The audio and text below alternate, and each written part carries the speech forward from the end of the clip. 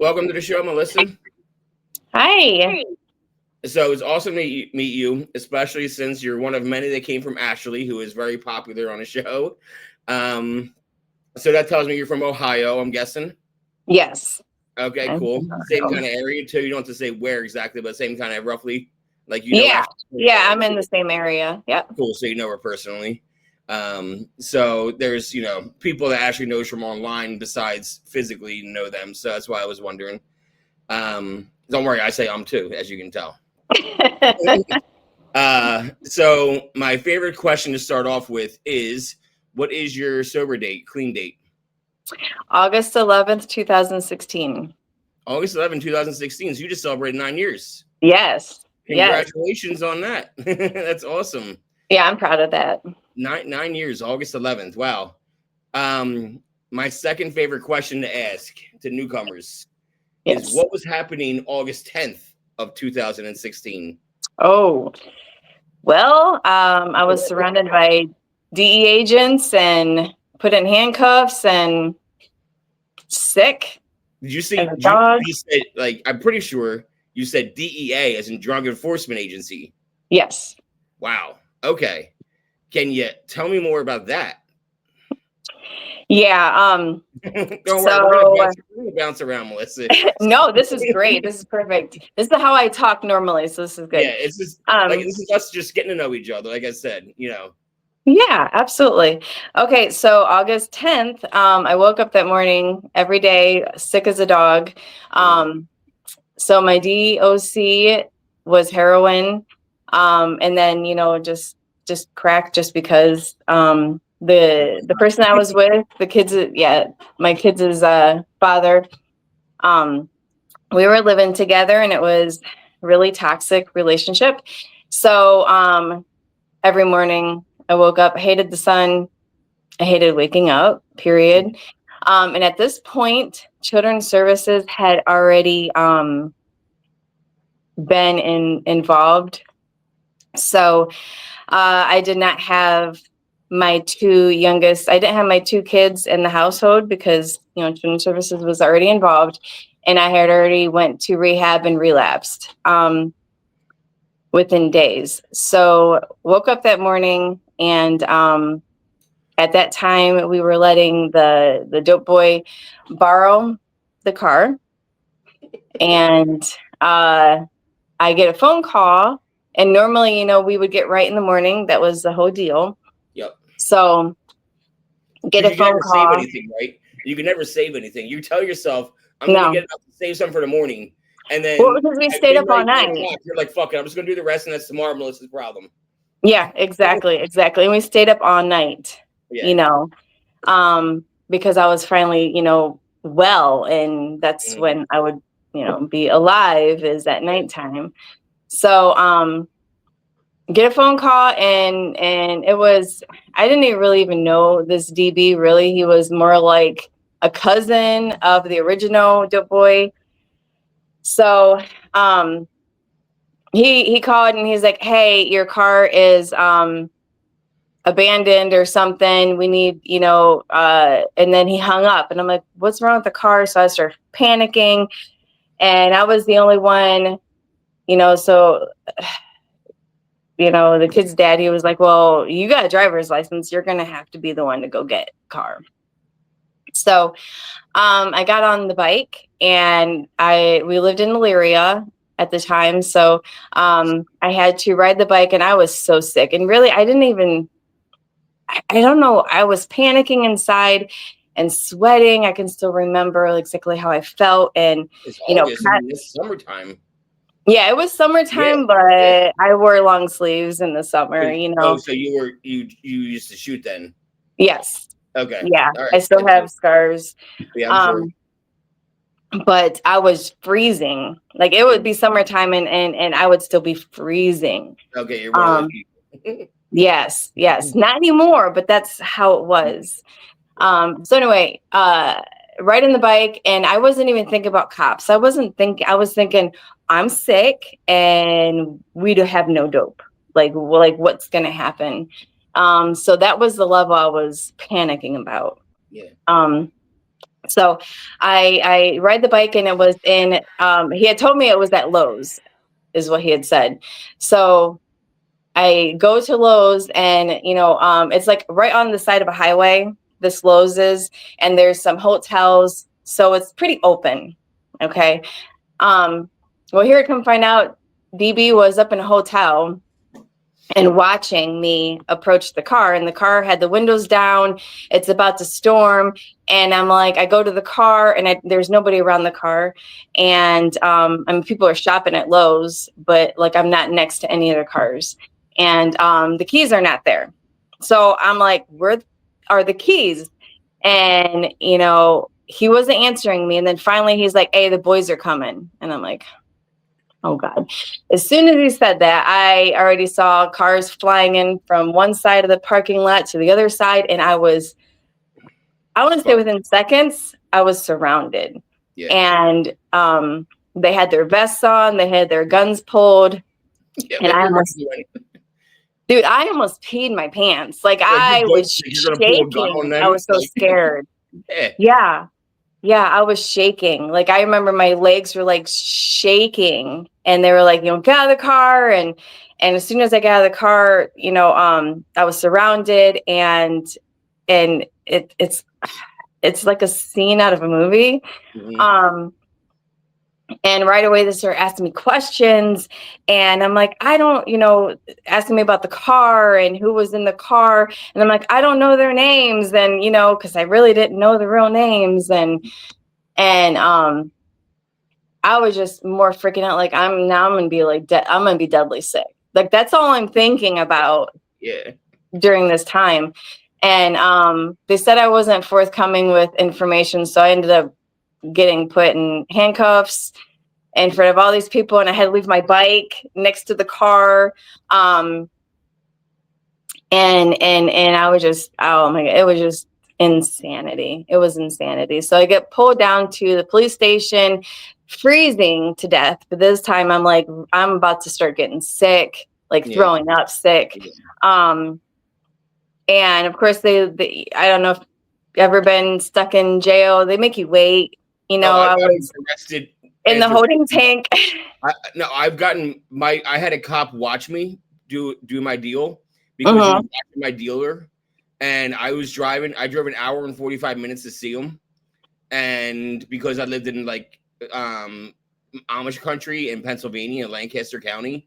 Wow. So I was driving an hour and 45 minutes to South Jersey, where I'm originally from, to pick up 4 to 5 times a week for the last 2 years of my addiction to opiates. Wow. And so I haven't done opiates since 2018. And I've done other things because I've relapsed on other things, but that was the last time I did opiates, was April 25th or April 24th, 2018. Anyway, and I get to this dude's house, and my usual dealer I couldn't see, which upset me because he always had my Johns, my 30s.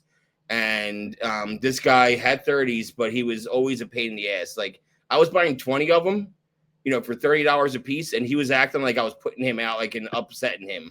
And like, dude, I'm not buying 2. I'm giving you $600 fucking dollars. Right. Like, I was like, can I do it? And usually he would let me do a couple off his counter because he was an addict too. So he would always let me get a little high before I left. And this day he said, no, you can't. Huh. And I was like, fuck. I'm like, all right, whatever, dude. And I was going to my best friend's house that was around the corner. And it was in Jersey, and I had Pennsylvania tags, and apparently that dude was being watched, and he knew he was being watched, and he didn't tell me. And that's why he said no to me doing them there. Yeah. He wanted more on me when the cops arrested me. The cop pulled me over in a school zone. He waited a mile to pull me over until I was in the school zone. And I didn't even notice he was following me because I was dope sick. And I was on the phone arguing with my girl at the time. And we were arguing about something with like the dog. I forget what it was. And I was literally in a school zone. And that's when he pulled me over. And long story short, they found him. They eventually found him. I had 20 of them. And I was processed, and then I got released. And what did I do? I went to the ATM. I grabbed $300 out and went to that same dude and bought 10 more. Wow. Just so I could get high again. Yeah. Didn't learn my lesson. Anyway, so that was your first time getting arrested? No, it wasn't my first Okay. time. It's just It the was your last okay, time. so It was the it was last the last time. time. Yeah, we'll get to the other times, but anyway, it was your last time, and so you were in Yeah. a cell, dope sick, hurting, and how long did they make you wait? Oh, I want to say hours, but maybe 30 minutes. But I swear it could have been hours. And it was gray. Why do they paint the walls gray in there? I don't Yeah. know. And I'm like, please at least have crack in the wall. Like I was just losing my mind. And so finally get pulled in and I meet a detective and he's actually a homicide detective. And he was like, hey, he's like, I don't care about the dope. He goes, I don't care less about that. He said, I already know you do that. You know, um, he's like, I need to know about the guys driving the car because the whole reason, so pretty much what came about it was Lowe's, the dope boy, and whoever he had with him decided to rob another dope boy in the car with their guns, and so it was all caught on the camera from Lowe's, and that's I guess why they took off. It was a bad, I don't know, it was a bad robbery or something. But he said that they're linked to here. They were looking at them for a drive-by. There had been recently a drive-by of another dope boy and his people, and I had heard about it. I had no idea it was our dope boys that that they were looking at. And so when he said that, I was like, oh my God, I'm gonna die over this because now I'm in jail, or now I'm not in jail, but I'm here getting questioned. Like this is not good. And you Okay. legit can't give them answers because you don't even know anything about them, really. Yeah. I mean, and I'm like, I don't even know. I'm like, it's a cousin of a cousin. I'm like, I don't even know where he lives. I just know Lorraine. Like, I don't know these people. He's like, oh, you just let anybody use your car? And I'm like, yeah, kind of. Yeah. When it involves me getting high, yeah, I do. Yeah. So I got a charge. And it was, just because they thought I was lying. So I finally got discharged, right? But they gave me a charge and I'm like, I'm about to walk back to the apartment complex that I was living at. And it wasn't good place. But I'm like, everybody's going to think I ratted this guy out. You just got out. They let you out the same day. Exactly. And I had no idea what happened to anybody that was in the car. Like, I don't know anything. So I started right away texting and I'm like, I was so sick. And I just was walking. So I walked from the jail to the apartment complex. I had my charge in my hand because I wanted to be like, look, I did not talk. And this is the proof. Yeah. And that's what I did when I first walked in there. Walked into the apartment complex. One girl, she had a big mouth, so I already knew she was like my neighbor. And I made sure I showed that to her because I'm like, yeah, just because I knew it was, she was going to talk. Yeah. And so I made sure that she saw it, my charge. Because she was like, oh my God, did you hear about, so-and-so, they got arrested and they were in your car and this and that. And I'm like, yeah, I mean, that's all I know. So I'm kind of freaking out. Like, they're not going to buy. First of all, I have kids. They're going to be like, okay, she's the white girl with kids. Yeah, no, she talked. That's just, I'm not stupid. I already knew that was what was going to be probably what people were going to start saying. 100%. 100%. Yeah. So I get in there and, my dude had already called like his parents to get money. And so he already had something there to get me right. And that's all I cared about. I'm like, oh my God. But then, I stayed up that night and I was just in my head, like we've already gone through, drive-bys in this apartment complex. Like it is straight ghetto. And I loved it when I moved in there because right across the street, all I had, I didn't have to travel anymore for dope. It was right across the street. So I thought it was the greatest thing ever. It isn't when they bring the crap, home, So, I mean, I think it was four houses down or four, apartments down. A dude had actually been drug out of that house because he was from Lorraine and he was in their turf in this apartment complex in Elyria. So they dragged him out and killed him. Like they beat him to death in the driveway. And that was just 4 houses, from my place. So, I mean, the cops will show up, but it's not going to be kind of apartments. Was it like little townhome kind of apartments? That's what I'm picturing. Yeah. Okay. Cool. Yeah. So it was like duplexes. Bunch of speed bumps. Was there a bunch of speed bumps in the parking lot? I think so. I can't remember. I think so. I mean, it was like a circular, and they call it the type. I've seen the type. They called it the gardens, and there was nothing pretty about this place. Plus, there's no gardens. Yep. Yeah. When you know that, then it's like, what are they covering up? So I was literally tormented, like mentally. Yeah. And all I could think about, so at that time, I was actually, since you remember I had mentioned that I had went to detox and then you pieced that and had already relapsed. Like it just took, I think, 2 days. Because I thought I could just do the rapid detox with opiates, and I couldn't. I just couldn't. So I was going to like it's not IOP because it's before you go into treatment, but they pretty much had a class for you can still be using and you're waiting for a bed. Okay. And I didn't show up every day because some days I was too sick to show up. But that morning, I heard the bus starting to pull up because they came through the gardens to pick up. And I'm like, oh my God, I have to go because I have to tell all these, I got to tell my class, like what just happened. I'm about to lose my mind. I don't know what's going to happen now because these dudes got arrested and it's not going to be good. I think. Huh? What do you mean by tell your class what happened? My class, the other girls that are in this group. So we like met at treatment down in the basement, and and it was in Lorraine. The lady that headed the class, she would always have like little water bottles, little snacks for us to eat. Yeah, okay. Yeah, but it's before treatment. So I can't remember what they even called it, just pre-treatment. Like we're waiting for a bed to open. And so we'd go in there, and most of us, like, we're just talking about, like, I didn't really like to open up and talk too much. I just went there for my granola bar and because I kind of had to, like, I already have children's service case and I don't have my kids now. And so like the mom in me wants to fight and the addict in me is like, just get high. It was, I was very torn at that point.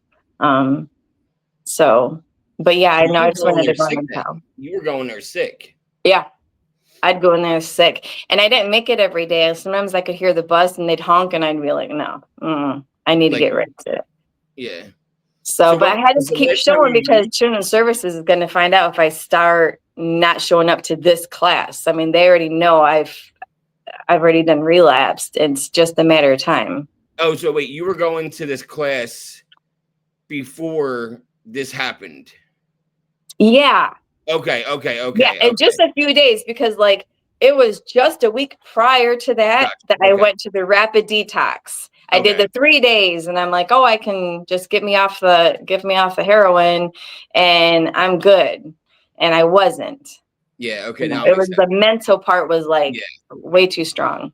Okay. That makes sense. And then while you're waiting for a bed and you were going to this class, after you piece out of the detox, that's when all this shit went down. Yeah.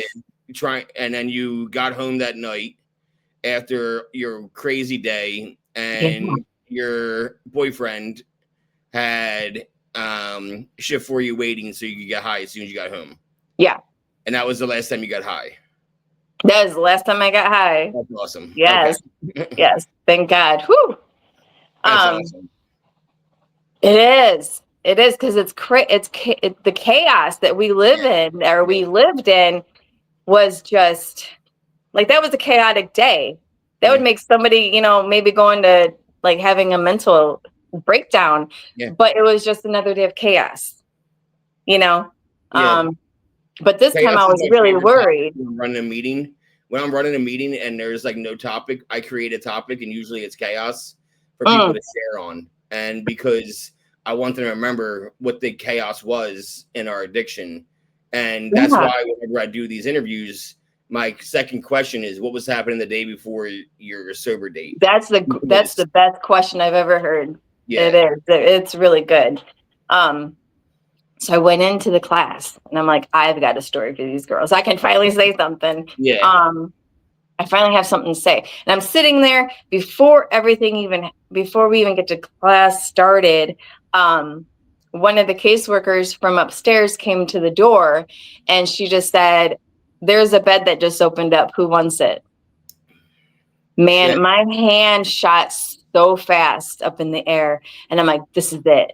And I started to cry. Because I knew at that moment, this is my door out.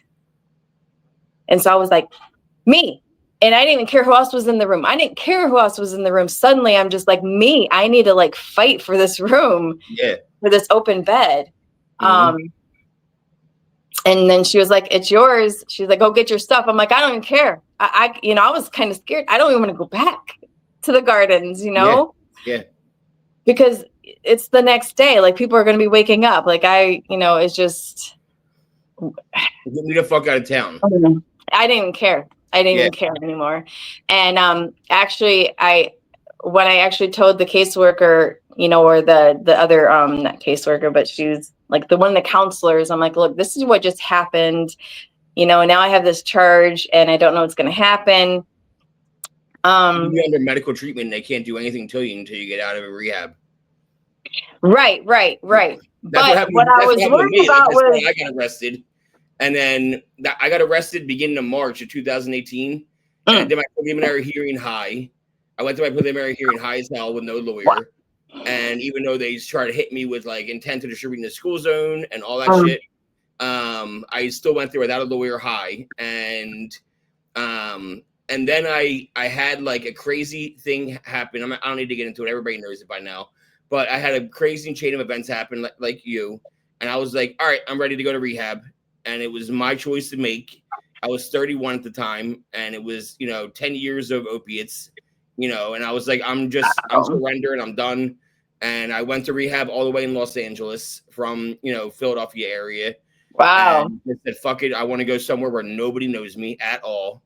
And I went all the way out there because I was a comedian at the time. I was doing stand-up comedy. So I was like, I want to go somewhere like LA where like maybe if I stay out there, I can do comedy.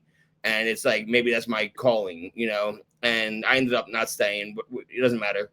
But yeah, like I loved LA, but I missed my family, and so that's why I came back. And, but so I get that, like, okay, I'm ready to go. I'm ready to stop everything. Like, I don't care. I'll wear the same outfit every day. Like, I just did not care at that point. But they ended up, I did have to go back that same morning to go get, just pack a suitcase real quick. And they had, there was a security guy. He was, had been a former police officer and he knew the gardens. So he said, I'm taking her, So he stood there as I ran in and I just had to get, I threw some clothes in the suitcase. Dude was still sleeping up in bed. And I just knew I was done. I'm like, I'm done with him. I'm done. Yeah. Like, I don't care anymore. What I leave behind. So I literally just threw some clothes in the suitcase and I walked out and never wanted to go back. Huh? You didn't even tell the dude? No. Damn. That's no, because he wouldn't have been happy about that. Yeah. Because now who's going to go get the money to go get us right. License and you do. Well, so I didn't even drive a car. I always rode a bike everywhere. Okay. It was just the fact that he would have been like, no, you need to stay. It's not good timing. Yeah, he would have tried to talk you out of that shit. It was just, he was the type of person that he stayed in bed sick until I brought home Yeah. usually because I had to get up in the morning usually because at that time the kids were gone for that week. But 2 weeks before that, I had to wake up and be mom. Yeah. And feed them, and then go make money, and then bring How what were you was making gonna money? make them right. Supposedly, shoplifting. Okay. So all the times I've been arrested before was always theft. Okay. Did you say supposedly? Supposedly, I may or may not have. Okay, I got you. All right. Mhm. So, and anyway, well, that doesn't really matter. I was just curious. Anyway, Yeah, yeah. so he didn't do shit except for rely on you. So you leaving means that he can't do anything. And I'm sure he probably tried to talk you out of even going to detox earlier that month. Kind of, but it was more like I don't think he really cared. I mean, Yeah. So okay, that's cool. You grabbed your shit, yeah. you grabbed some toothbrushes and some deodorant, and you're like, "Got to get the fuck out of here! Like, get me out of here!" And it was my apartment, And and I yeah, didn't care. I still owe money for that apartment because I yeah. walked away. I mean, I Right. called them and told them I'm in rehab, and they said that they would give me 90 days without charging rent. But by that time, the utilities had already been cut off because we don't pay our bills. It was already gonna. I mean, like squatters ended up going in there. Yeah. So I still have a charge for. I mean, I still have like a debt that is owed due to the squatters that they, I guess, really tore things up. But my dude that I was with, he put holes in the walls, and because he was on, he when he got on stimulants, he like turned into a monster, literally, and would hear people in the walls, and like it just create like Was he doing meth or just crack? it was just crack at that time, Mm-hmm. and I actually hated it, Yeah. but I wouldn't turn down a drug. Yeah. Yep. Crazy, right? No, my best friend loved crack and she loved heroin too, and she loved shooting heroin and smoking crack. And I mean, like that's what it was. But then I'd always have to come down because I hated feeling the anxious and like I'm like, okay, now I got to come down. Like I can't stay there. So I really hated it. But he would hear stuff and be like, there's people in our walls, and he like sometimes he would just put big holes, like seriously big holes in the drywall, trying to find the voices. So it's fucked. It's so fucked, and I'm so glad I never tried crack. It was never like anything that appealed to me. I was way too into downers. I did coke here and there, but I was mostly doing coke to try to stop my heart at the time. Because like I was ready to die. I had my fiance had killed herself. My fiance was my childhood best friend. I'm so sorry. Today's actually World Suicide Day, and I posted her in my story. And in 2015, after 3 years being together, and we had been friends for 15, 20 years because of being childhood best friends. And we started dating in our 30s, and we were engaged. And she was bipolar, schizophrenic, and an alcoholic, and drank until the voices went away in her head. And she just couldn't do it anymore, and she killed herself. And for those last 3 years of me doing opiates, I was just like trying to die too, because I couldn't handle it. I was blaming myself and shit. I wasn't doing therapy. I wasn't talking to anybody. I was just getting high by myself. And I would get coke, and I would get Xanax, which nobody ever snorts Xanax, but I was. And I would snort Xanax, coke, and perks all in one line. And wow. Yeah, just doing crazy shit like that towards the end. It wasn't all the time, but on the nights that really hurt, that's what I would do. Yeah. So I was always stimulated I ever did. And I don't know about for you, but I know for me, drugs were always drugs, alcohol, anything to take me out of my own head. Yeah. Like it was always an escape. Yeah. So my heart breaks about your ex. That just breaks my heart. Yeah. Well, let's rewind, because yeah. I started drinking at 11, and I started drinking daily at 12. and I had some abuse happen and shit, not with my family, but like with other guys my age, gym class kind of stuff, and locker room kind of stuff, and sleepover kind of stuff, and Yeah, I get it. like I started drinking daily, and I was an insomniac already at 12. Really at 10, I started being an insomniac, and like, so I discovered alcohol at 11, and I realized I could sleep because of this, and it just was on from there. But anyway, I'm from South Jersey. You're from Ohio. Brothers or sisters? Yes. 2 brothers, one's passed. Okay, I'm sorry. So you're like my sister, where she has 2 brothers, my brother and I. And where are you in that lineup? Are you the first, third? The oldest. You're the oldest. I'm the oldest. Oh, okay. The one that makes all the mistakes first. Yeah.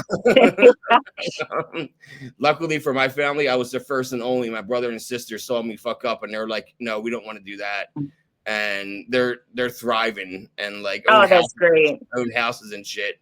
And like That's I'm great. still like apartment hopping, and I'm 39. Hey, you know what? Yeah, do not compare. But at one point, the day I went to rehab in 2018. Literally, my brother was picking up my dog from me to watch my dog, and he literally just got done signing his contract to the first house he bought. So my brother, 3 years younger than me, bought his first house on the day that I left for rehab. So wow. Well, I mean, in that case, it would be easy to call yourself the black sheep then. 100% I am. 100% I am. Yeah, everybody knows it. I know it. It's kind of a running joke. And are your parents still together? No. No. Okay. Mine were together until the day my dad died. That's why I asked. Oh. He died 2 years ago, a little over 2 years ago, which sucked because that was my best friend. I was like, my name is JD because I'm the 4th in my family, and we had the same name. So my nickname has always been JD. Wow. So when did your parents divorce? Oh, I don't know. I think the first time, when they actually divorced, I think I was maybe 8 or 7, but then they went back together, and that was bad. I grew up in abusive home. My dad was raging alcoholic. By the time I was 8 years old, the first time I ever had liquor. And then, from then just was drinking beer, but not every day. It was just whenever, dad would pass out, I just finish his beer. I mean, he didn't know the difference. What kind of liquor? It was Jello shot was the first. Okay. Yeah. Mine was Captain and Coke. That was my first experience. Yeah. My first experience with alcohol was Captain and Coke. And my first time learning how to inhale was with a Black and Mild. So like, I just went for it every time. For some reason, I picture your dad as a smoker too, inside the house kind of smoker. Oh yeah. Was I right? Yeah. Yeah. Well, it was the 80s too. Age, so right? I mean, everybody smoked in their houses, I think. Because you're let me take a guess. You were born in February of 86. No. No, I was only guessing that because your email address. Oh, yeah. No, that means something else. That's great though. Good. Are you? I'm 45. Oh, 40. You don't look 45. Thank you. I thought you were opiates keep us young. Let's be honest. Opiates keep us young. Something did. And so, yeah, your parents, your dad definitely smoked inside then if you were growing up in the 80s. Yeah. No seatbelts, that's type of thing. Yeah. No, he was, I learned at a very early age that I had to walk on eggshells at all times. And I was afraid of, I was deathly afraid of my dad. You would yell at your mom, or did you ever see him like put his hands on her too? Yeah. Both. Oh, the physical big time. Yeah. Okay. And he was really mean to my brother, the one that passed. Mm-hmm. Is your brother an addict too? Yeah, we actually, what I was going to say was at one point, me and both my brothers, we were all addicted to heroin. Same time? Yes. Damn. Yeah. What are your age differences, Melissa? The one that's passed was just a year younger than me, and then my youngest brother, he is 10 years younger than me, so he's Wow. 30, Okay. about to be, yeah, he's 35. And Was he that your parents' actually, second round? That was your parents' second try, then, I guess. yes, Okay. Look yeah, at me. I'm yeah, getting yeah, it. it was. Yeah, so it was just a lot of chaos growing up, and then I was molested when I was younger, and it was a Can I ask family how friend, old are you? and Family friend. Okay. yeah, but I was quiet. I knew not to talk about it How or did you know say not to? anything about it. How did you know not to? Like, what made you? Were you threatened to say something, not say Well, anything, or yeah, yeah, how old were you? threatened, but I was really ashamed. Like, there's a Uh, shame that comes with that, and I didn't deal with it until I was an adult. And how I dealt with it was you fucked drink it up. away, get just yeah. Well, I host a different show about trauma Mm, called The Unlicensed Therapist. So I have heard of a lot of different like molesting and the pain and also the fear, not the fear, but also the shame, and yeah. you feel guilty like you did something for that to happen, and like this is all your fault because you led the person on somehow or made them Hmm. think that it was okay. So like I just want to ask a couple questions if you don't mind. How old were you? 4. 4. Hmm. Fuck, and you still have memories of it. That was probably your first memory. Yeah, yeah. One of the yeah. Was it a one-time thing or continuous thing? It was continuous. Family friend, like a It was at a babysitter's house. So oh, okay. that's all I'm gonna And say about that. okay. Yeah, And it was a guy or girl? it was a guy. Okay, well I've heard of, you know, Yeah, women yeah, yeah. yeah. Honestly, like evil doesn't Yeah. differentiate between men and Yeah. women. Yeah. Yeah. Like I've Mhm. literally heard of like teenage babysitter girls molesting younger, 4 to 7 year olds while the babysitter. Yeah, I've heard of that. But Yeah. honestly, I think that's why I don't trust anybody. Yeah. I how do I want to say? I don't trust anybody with like my children. Yep. And even when I was an addict, nobody's watching my kids. You know what I Yeah. mean? Yep. Just because I know bad things happen to good people, Yeah. and and and I mean, luckily, like my faith in God, I've actually healed a lot, Hmm. and without that, I think I would still be on a downward spiral. Like I would still be looking for something to fill the holes that were in me from childhood. Yeah. Um, Absolutely. and the other question I wanted to ask, and you don't have Yeah. to answer, you can move on, is what would happen? Was it touching or was it more? Is all we'll say. It was more like groping and touching. Yeah, it was Okay. more Okay. touching. Okay. Just Mhm. making sure because you're 4, that's a young age to be like. Mhm. All right, so we're gonna move on. Yes. And so 8 years old is when you first like discover alcohol and more like Yeah. experimenting, like, oh, this is what dad does. Let me see what. Actually, it was the family besides my mom, everybody drank and did drugs. So, it was Why not actually at your a mom? family event. Why not your mom? She just she was not wanting to be a part of it and wanting to always break free from it, and it took years for her to do that. Okay. So And yeah, did she have an I can fix the mentality? no, No. Okay. I wasn't she sure just because pretty maybe much did it to try to take care of us and the house, and you know she yeah. was the responsible one Yeah. at all times. But we were at a family event, and they had the jello shots out, and me and my brother, so I was 8 and he would have been 7, and we all ate the jello, and I spit it out at first, and I was like, oh my god, there's something wrong with the jello, and every single person laughed at me, and I realized at that moment it's supposed to taste like that. And then I felt like an idiot. So then I ate it. And then just, I don't know how to explain it. I just kind of glorified the bar scene. My dad was a drummer, and there was always, rock and roll, country music. Like, it was just, I just glorified the bar scene. I just glorified all of it. And I wanted to be a part of it. Yeah, that makes sense. I glorified movies. And when I was 11, the movie that I was glorifying was The Outsiders. Oh, And classic. my best friend would sleep over. I had a lot of best friends for a long time.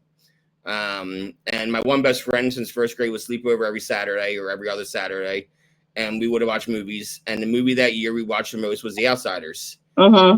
We wanted to be cool like the Greasers and drink. My parents were not drinkers. However, they knew how to throw a party. So whenever there was like birthday parties and shit, they would get a lot of liquor. And whenever the party was over, it would all just get stored in the basement. So they weren't paying attention to levels of it. Nobody was drinking it daily. So I was able to make drinks whenever I wanted and no one ever questioned where the liquor was. Yeah. Yeah. So, and I knew that. I was smart enough to pick up on that. So yeah, I would go in the basement and make Captain and Coke, and for my friend and I, and we would watch the movie because we were sleeping in the living room. Everybody was upstairs asleep, and yeah, and it was like that's why I learned what liquor was, and that shit was amazing. It was like, oh my god, this is what people like. Holy shit! Why don't my parents? Yeah, and it that confidence that I got confidence, and I felt like above myself. Even at a young age, it's, I mean, and I already know it was an escape. It was already an escape. Yeah. Yeah. Because without a barrier, without that buffer, I was scared to death. Yeah. So. Yeah, I believe it. I mean, that's why I was wondering, you know what I mean? Like what was it like? Because like I glorified it too. So, but yeah, did you, I thought, did you ever see Goodfellas? Yeah. Okay. Cause when you said, you just like, you didn't say shit and you just like, were like, all right, take me to rehab. It reminded me of when Ray Liotta goes to jail and he gets in the back of the cop car. He's like, all right, take me to jail. Like, and lights up I'm done. I'm done. That's what it reminded me of. So what was it like as your teenage years were going through? Were you drinking more often, or were you introduced to weed eventually, cigarettes? Yeah, I mean, the first time, your dad's cigarettes. I mean, I tried it and I didn't like how it felt. Okay. Like, because I could feel, I mean, I tried smoking cigarettes. I'm like several times up until I was, 19. I'm like, at some point, I think I'm going to like these. And I just never did. Yeah. Never did. I mean, I smoked weed at 16 and I thought it was so fun, Yeah, I smoked weed and cigarettes from 13 to 38. Wow. I quit smoking weed April 1st of last year, and I quit smoking cigarettes January 1st of this year. That's awesome. That I've heard that's the hardest. It's so hard. I still have cravings. It's been 8 months, and I said to my wife the other day, like, I need a cigarette really fucking bad right now. Like literally yesterday. Like I went to the doctor's and I was like driving to the doctor's and I was like, man, I need a cigarette right now so bad. I want to pull in the sheets and grab a pack of smokes and like, have a smoke. Like I need one so bad lately. It's, 25 years. That was my, when I was in rehab, I was smoking. Yeah. 13 years old. That was my crutch from 13 to 38, and it was just, I quit for my health. I'm a big guy. And my wife wants me around, so my wife wants me around. My stepkid wants me around. And like, none of my family smokes, I was the only one, again, black sheep. And it was just one of those things where it was my crutch. My parents found out I smoked cigarettes at 16, and then I started smoking around them.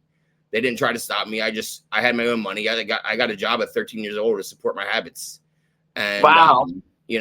And yeah, that's how I was able to drink and smoke all the time. Was 13 years old. I got a job and, busting tables. And Wow. yeah, That's yeah, determination. I mean, yeah. I want to get fucked up. you might have used it for something bad, Yeah. but Oh, that's even during my addiction, I worked the entire time. I was a functioning wow. addict. Yeah. I tried at some point, just all fell apart. No, I made it work. I was a manager at Best Buy. I was, I ran a plumbing company with my dad and brother. Um, Dang. and I was always on call to answer phone calls, but I was always high. So I was able to always answer calls, handle customer issues, like whatever. And, yeah, I was always that person. But towards the end, you're not getting fucked up. You're getting right, Yeah. and you never sound like maybe sometimes on a good day, then you sound really high. But most of the time, 90% of the time when you're getting high the last couple of years, in my opinion, it's more like just trying to get right again. Yeah. And I'm just trying not to die. Like, yeah, I was, yeah. I mean, at some point you don't even, and it's also kind of like a ritual, you know what I mean? yeah, Like, this is just what I do. Um, yeah, it wasn't partying. I don't even yeah. know. I don't remember when it When crossed the over party from stopped. having Yeah, a good time to I have to do this like I'm drinking water or breathing air. yeah. Um, so So anyway, let's get back on track. yeah, I go on tangents, and don't worry, we get us right back on track again. So 16, you're smoking weed, and yeah, your and parents still together at 16 now, Melissa, or they split up no, again? When they split up, no. Because I think I was. How old was I? Hold on, let me think. you're I asking think me I how old was you were. I'm like, I'm asking you how old you were. 14. Yeah, so I think I was around 14 when a neighbor finally called children's services, and they saw that my dad was, abusive, and I don't even know. I Good for know that it wasn't neighbor. the Good for first that time neighbor. somebody had called. Good for that neighbor for stepping up and saying something, because a lot of neighbors back in the day, the 80s and And 90s, they're going to look the other way and be yeah, like, it's not my problem, it's not my that's house, not not my my monkey, not business. my zoo. And you must have had a good neighbor that was like, no, what, fuck it, like I'm saying, I'm tired of Yeah, seeing it, I'm tired of hearing it. she was an elderly lady, and I Yeah. think that I don't think it was the first time she had ever called. Mhm. So I think it was after children's services is different now, but then I think it took Yeah, a little more to get the alert, like, okay, now we do need to go see this family. And there's a my lot more dad. responsibility on children's services now, and Mm, there's a lot more employees in children's services now. Like there's more support from the state for children's services today than than there before. was in the 80s and 90s. That makes sense. And then on top of Okay. that, because child service, they weren't putting money into that because taxes and shit. But nowadays Mhm. they are, because of what was going on to everybody back in the day. And nowadays, mental health and kids' health and what's going on at home is such a big deal. Yeah. That's why, CNS or whatever you want to call it around the country is all different. Every state has a different term for it. For us in Pennsylvania, where I live, is Children and Youth, CYS. So, Okay. everyone has like a different name for it, but it's all the same thing. We called it DIFUS growing up. That's what it was called. Really? Yeah, in Jersey we called it DIFUS, and that's what it was called. But anyway, they got called. Children's Services got called when you were like 14. Mhm. And I just want to say that neighbor's awesome. I'm glad she called. Yeah, at the your dad time I allowed wasn't. drunk? I was not happy. Was your Because I dad did that. allowed? Huh? Was your dad allowed drunk? Was he loud? Yeah. Oh yeah. Oh yeah. Everybody heard him. You knew when the Browns lost, or you knew. I mean, you knew this. um, but and I was really upset about it. Because I know he got mad. I like, the memory is not the clearest, but I remember being in the office, and I just remember he got up and he walked out at children's services, and I'm so proud of my mom still to this day that she didn't cower down, and she's she stood up, but I wasn't happy with her because I'm like, you're breaking our family apart. I didn't, as dysfunctional as it was, I didn't want to leave my dad. Yeah. And How for often some were you reason, I drinking at felt that point? like I felt like he like I was supposed to be somehow his caretaker or something. Mm. Like that's just what I put How on often? myself. How often were you drinking at 14 when that happened? None at all at this Oh, point. okay.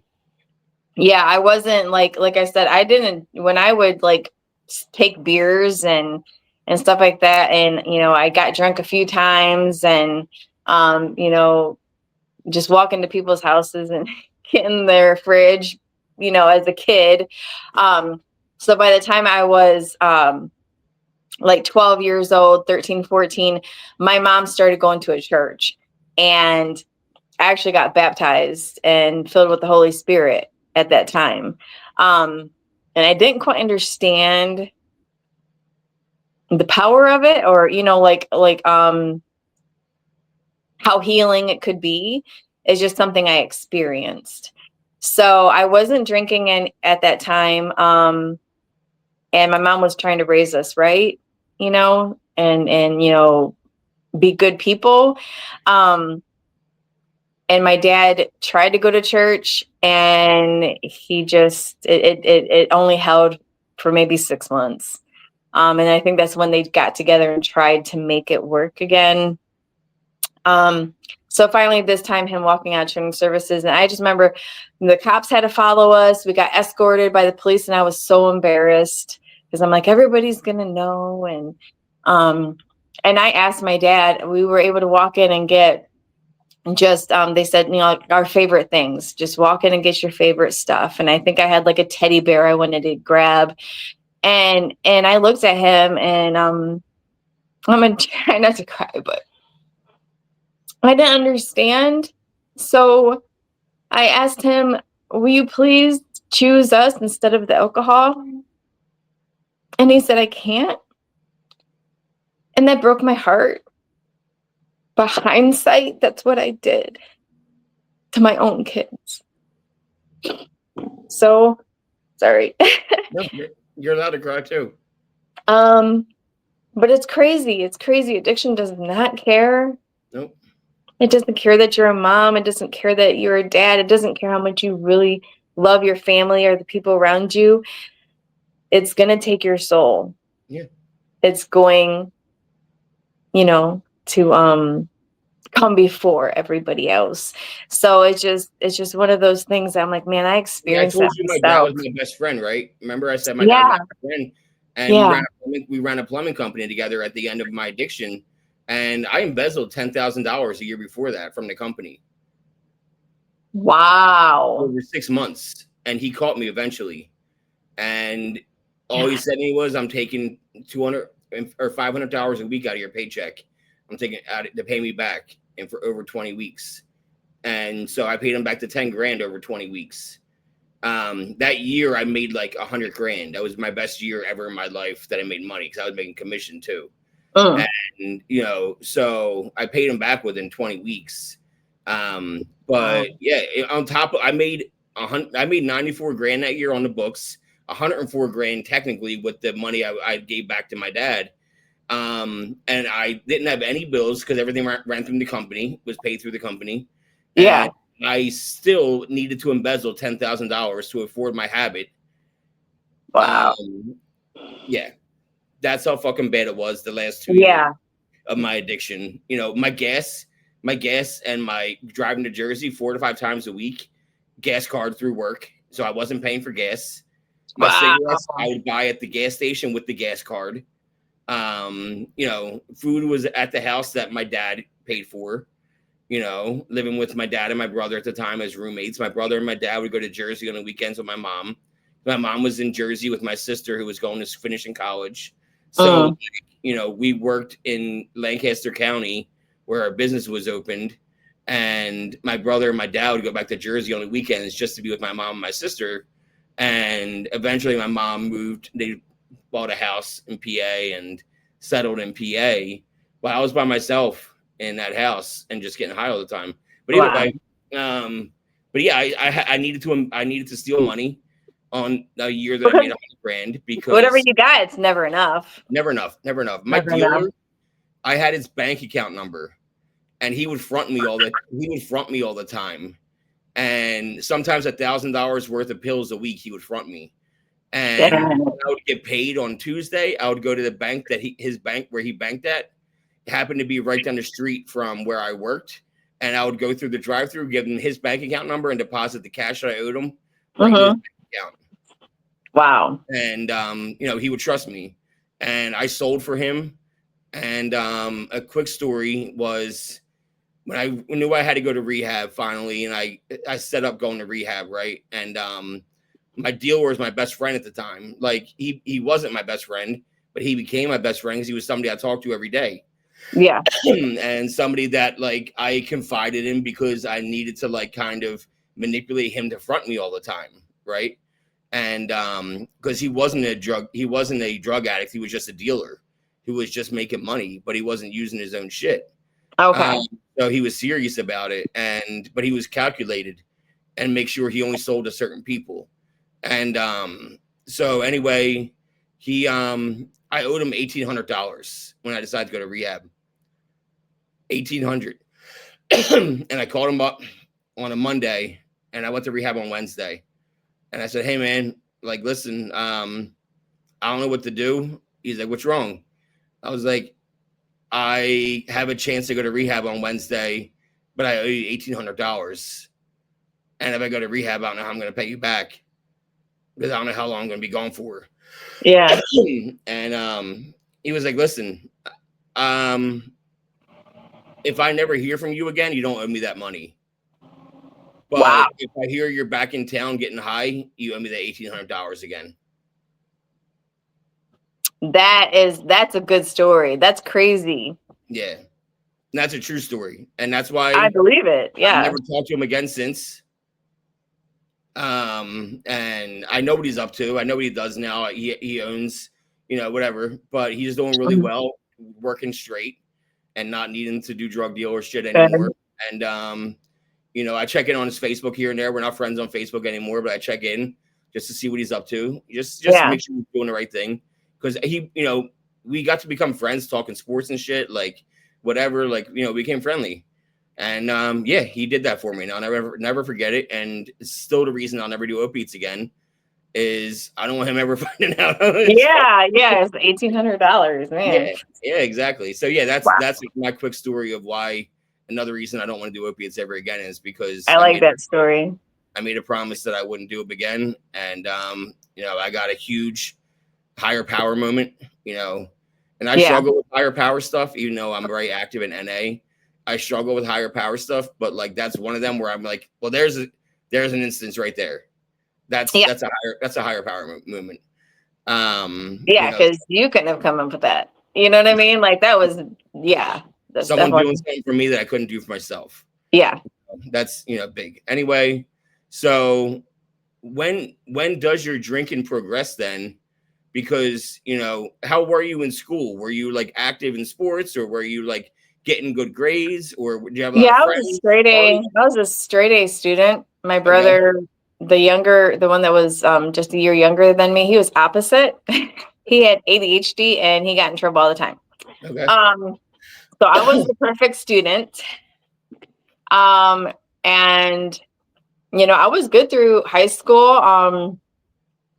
I started partying, I left the church and I ran from God and jumped off literally the deep end because I was like, that's it. I'm gonna, be promiscuous and start partying and just jump back into this lifestyle, like the party lifestyle. So as a senior, I felt like I was living a double life because at one point I actually ran away from home, was living, going from porch to porch in the town next to me.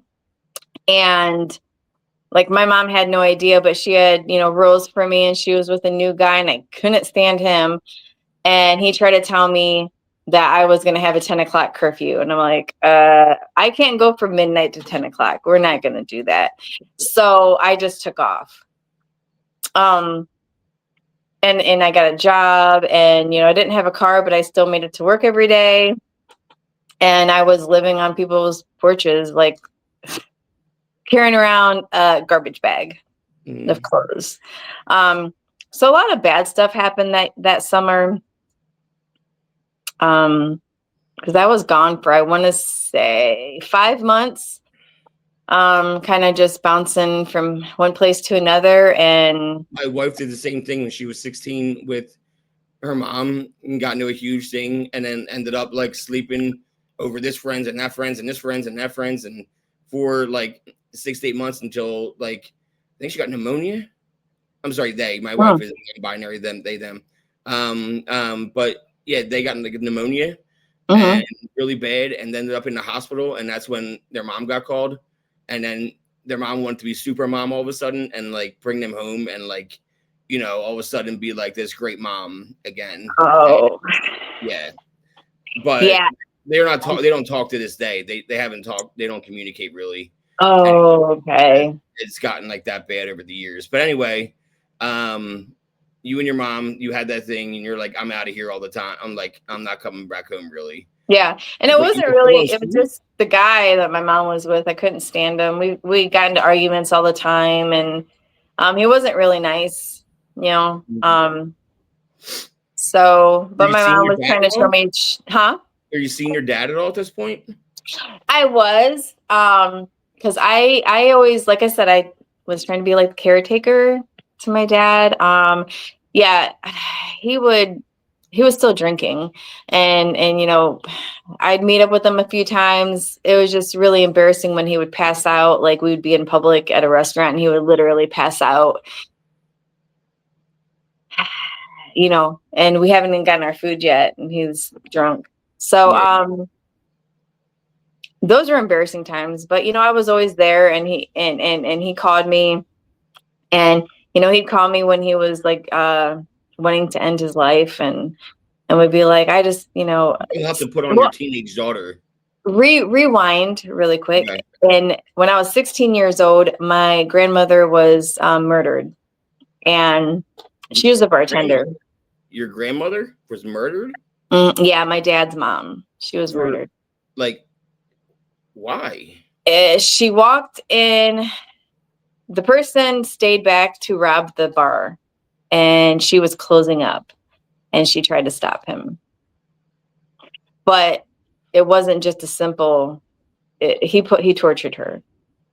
So it was a very Fuck. difficult. Yeah. And that was the first time I ever used alcohol to numb that pain, because all of us did. We were drinking, what was it, fire water. Fire water was what I remember.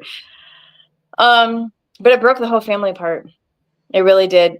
Before that, it was, and I don't mean my mom and my dad. My mom and dad were already separated. Yeah. I'm saying my dad's family, like that whole family, her dying broke the whole thing apart. And it threw my dad into, to this day, depression. Like, he just stopped living. That's fucking crazy. And my uncle and my aunt, like my aunt had to run out, had to take off and, go elsewhere. It was in the public eye, because we're from a small town. Bad stuff happens in that town, but not murders. No, and not torture murder. Yeah. Yeah. And the dude, he's still in prison. I was going to ask if he ever got caught for it. Oh yeah. They caught him. Like, there was only a manhunt, I think, for 12 hours. No shit. But my family was so messed up. Like, they didn't even call us to say it happened. I found out watching the 5 o'clock news, getting ready for church. It came across the 5 o'clock news, and we were living with family, not attached to my dad's side of the family. And they were like, Did you oh my know God. that she got murdered right away, and then 12 hours later found out he was caught? Or did you find out she was murdered and he was caught at the same time? When I found out she was murdered, he had not been caught yet, because they said they were doing a manhunt. Okay. But I was like curling my hair. It was a Thursday night. I had church, so I was getting ready for church, and they were like, oh my God, I can't believe this happened. And I thought there was a drive-by because at that time in our town, like there was just drive-bys, people, teenagers being stupid and shooting at places. And I saw a picture of my grandma and I just instantly was like, oh my God, she was part of a drive-by. I didn't understand. And my one aunt was like, oh my God, I can't believe that just happened. And I didn't quite get it. And I'm like, wait a minute, she's dead? And I just was like, no, no, no, no, no. And my younger brother, he ran out the door crying. And I like ran out the door. I think I broke the door. I don't know. I just know somebody yelled, was like, don't slam the door. And I'm like, my mom found out at work. I mean, like nobody called us to say, hey, let the grandchildren know. We were her only grandchildren. Yeah. They were so wrapped up in their own devastation. Nobody could get on the phone and call. So that night I was brought to the house and it was just, and that's when I realized that bad things do happen to good people. Cause she was a sweet woman. Like she wasn't perfect, but she was, she was 56 years old. She was, 5'2". I mean, she was petite, very petite. And not a hater in the world. Like everybody loved her, So yeah, that really. I'm sorry. Yeah. Was that the first person you knew that like died on top of that? Like close, not like new, but like close to you, like family close to you. Yeah. Okay. Yeah. I mean, I had a couple grandparents die, but I wasn't close to them. And not in that kind of manner on top of that. Because like that's a kind of like ball game because like, my dad had cancer. So like I was preparing myself for a year. When he was diagnosed with stage 4 cancer, I prepared myself every day for a year. And when he got really sick for the last 3 months, I was preparing myself for that the entire time too. Okay. So, I was prepared when, we were all in the hospital watching it when it happened. Like we knew when, like I have a note on my wall saying, I love you very much. And it's from when 3 days before he passed, he had a feeding tube in, so he couldn't talk. And he could write though. And so he wrote me stuff and I kept a bunch of the notes and I framed the one. Yeah, absolutely. I have it hung above his ashes. That's really sweet that you're able that you have that too, that memory, Yeah. So, that's, I was up there alone when we were talking and because I lived at the time 2.5 hours away. And, so my brother and sister were living in the same town. But I was 2.5 hours away, so it was harder for me to see him towards the end. But he wasn't seeing anybody towards the end. He wasn't talking on the phone. He was just. I was prepared. I was like almost ready to be like, Dad, you got to let go because this is killing you even more. Like, you're a shell of a person. He was a big guy. He was like 450 pounds. He was like 220 when he died a year later. Wow. That's how sick he was. Yeah. So either way, you're not here for that. But I understand the whole, like I don't understand the murder part. That's fucking wild. And you said your dad still deals with it, so your dad's still alive drinking. I'm assuming. Yeah, last time I checked. Okay. And you start going off the deep end around senior year. Okay. And did you end up going to college because you were like straight A student? Did you decide to go to college? No, I wanted to party. Yeah. Yeah.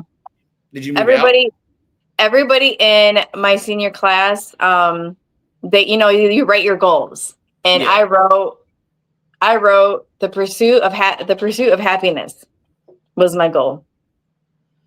It was not college. Yeah. Although it was before, I just fell into just partying. I just didn't care anymore. I just didn't. You fall into a groove of, getting fucked up and realizing what that kind of lifestyle can do for you. And you're like, I don't want to go to anything else. Yeah. And, I get it completely. I fell into that groove early. And so,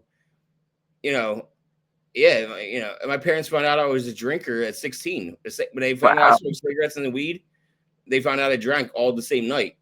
And that's when I could come home drunk and nobody was saying shit, And as long as I wasn't driving, we lived in a small town where you could walk everywhere.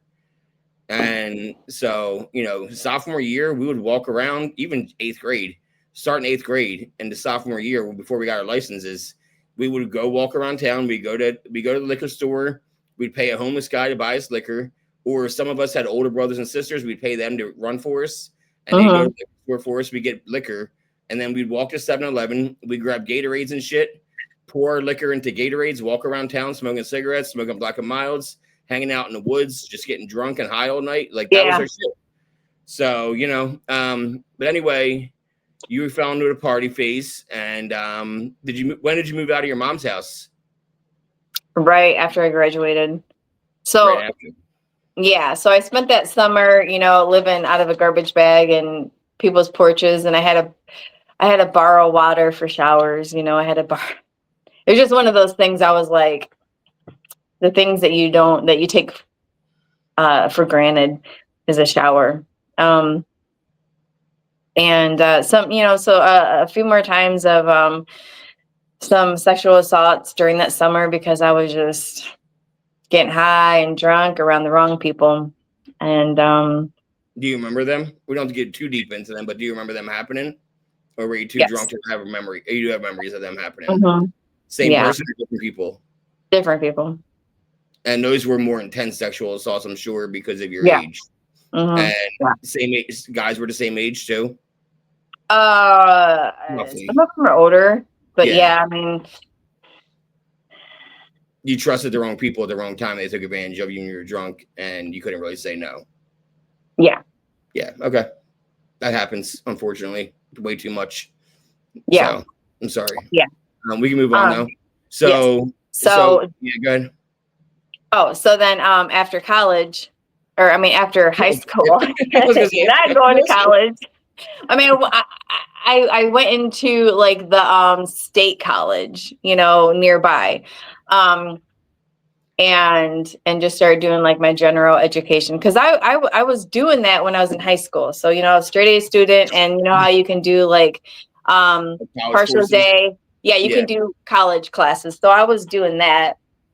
My 11th year and 12th grade years, I was doing that.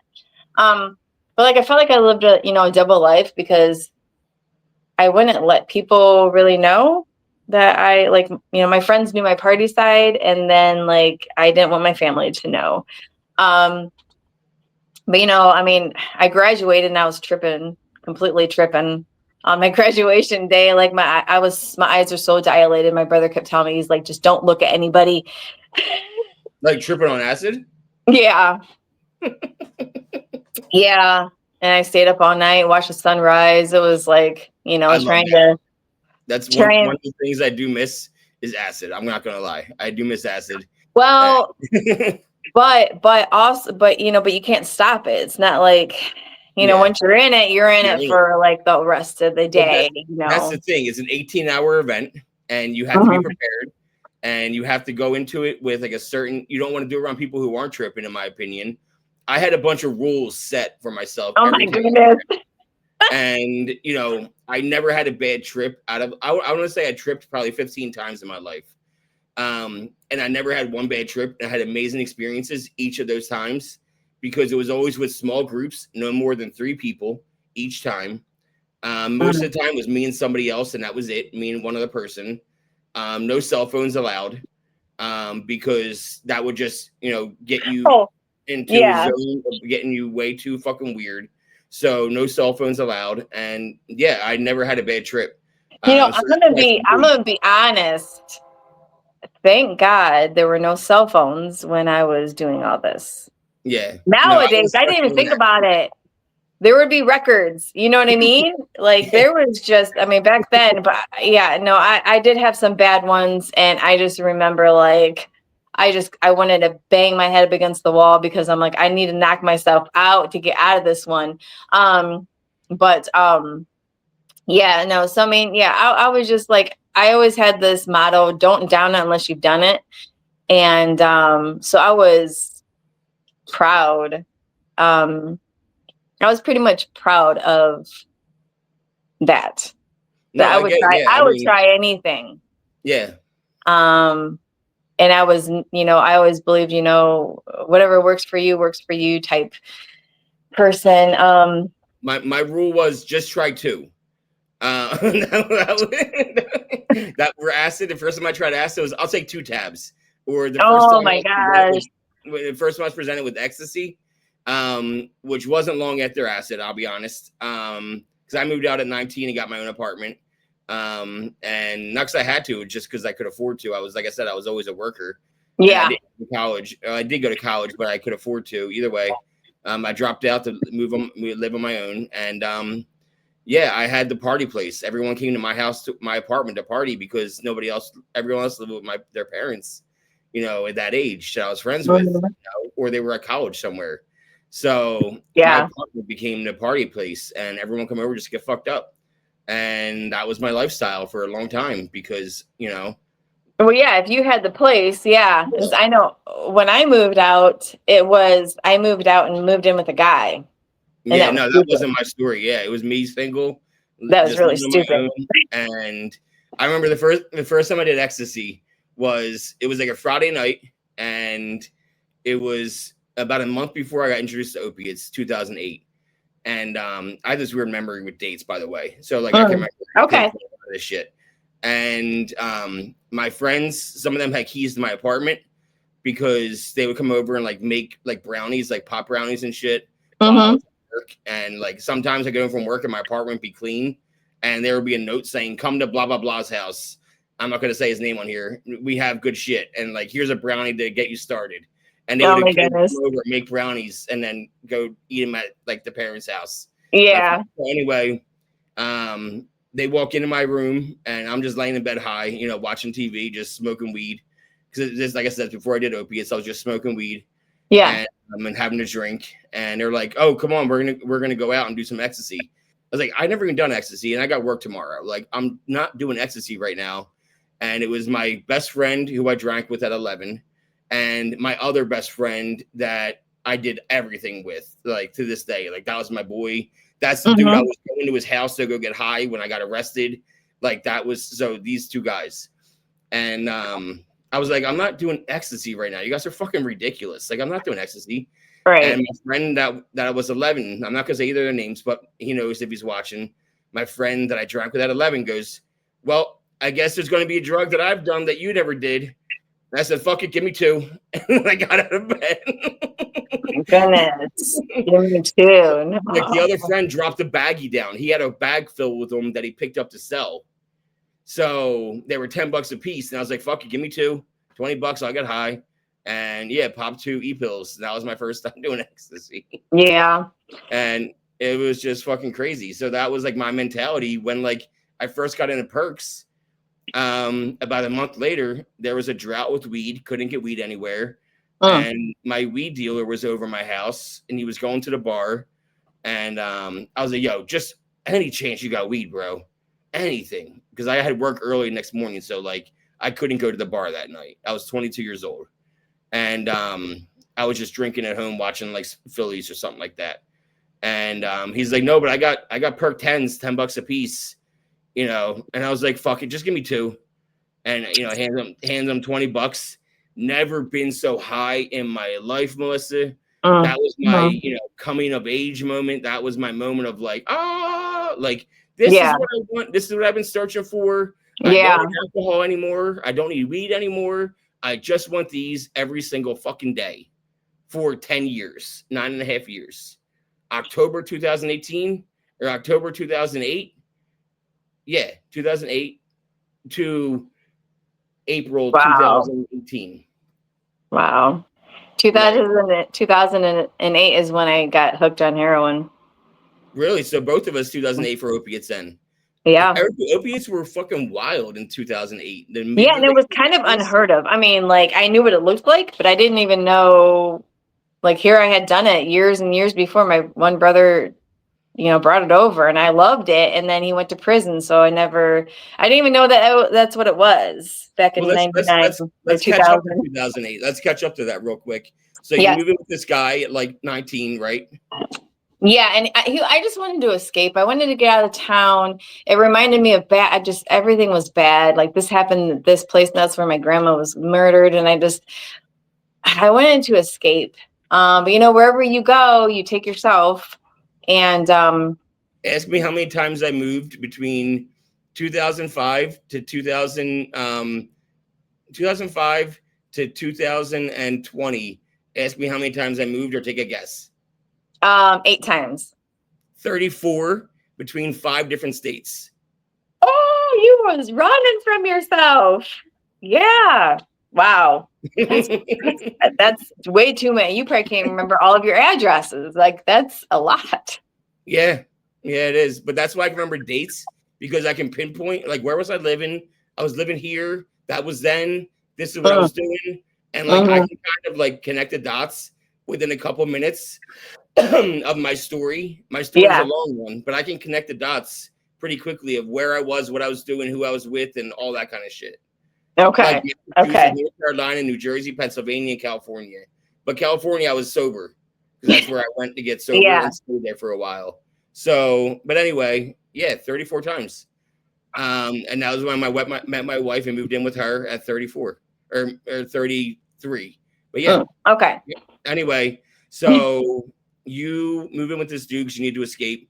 Was this dude the dude that you had kids with? He was my first husband. So yeah, I have one. My oldest son came from that relationship. Right away, he was crazy. I shouldn't say that. Okay. He had some you guys didn't clash issues. Really well. Yeah. Yeah. And was violent. And was violent. Yeah. So I ended up being, like I said, the chaos from childhood went right into being married. In fact, we got married and I didn't have nobody was there. It was like, let's hurry up and get married because we need to. And I called my mom and said, I changed my last name, and she was so mad at me. We're like the same person, except for I got married during COVID. And I'm not, even though I was a comedian, I don't want the big show. I don't care for the big showing. And, my wife had just left the marriage, and we met on Tinder a month and a half later. And after she got her own place, they got her own place. And we talked for 4 days before we met. And when we met on Tinder, we both just wanted friends with benefits. That was like agreed upon. After talking for 4 days straight, we met, we hooked up, and then slept together. And immediately after that, we both said, I love you at the same time. And we were engaged within a month before the divorce was even finalized. And the day that divorce went through a year and a half later, because her ex was dragging his feet. Sometimes it can take a while. The day the divorce went through and the papers went through, the lawyer's office to sign the paperwork was right here, and across the street was the courthouse. So signed the paperwork, went to the courthouse, and got our marriage license. Wow, my goodness. A week later, our best friend drove up from Jersey, and we smoked a lot of weed then, and we ordered Domino's. It was during COVID, November 2020, and we just got, really high smoking and got married in our living room, and called my family the next day. And we're like, we got married last night. And they're like, what the fuck? In our living room. And my dad gave me $1,000 and thanked me for not having an expensive wedding. So that worked out. I always knew you would elope. My mom said, I always knew that you were going to be the one to elope. And she was right. My brother and sister, big wedding. And nope, I was the one to get married in the living room. So yeah, I completely understand that feeling of I don't want a whole big show. I just want to do this. But I didn't really want to get married to him. You felt pressure too?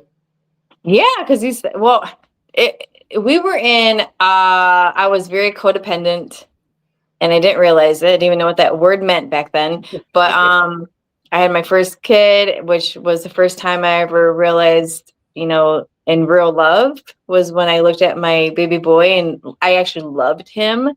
And I was like, I would give my life for him. Like, this is real love. And How old were you I at that point? I was 21. You were 21, and Mhm.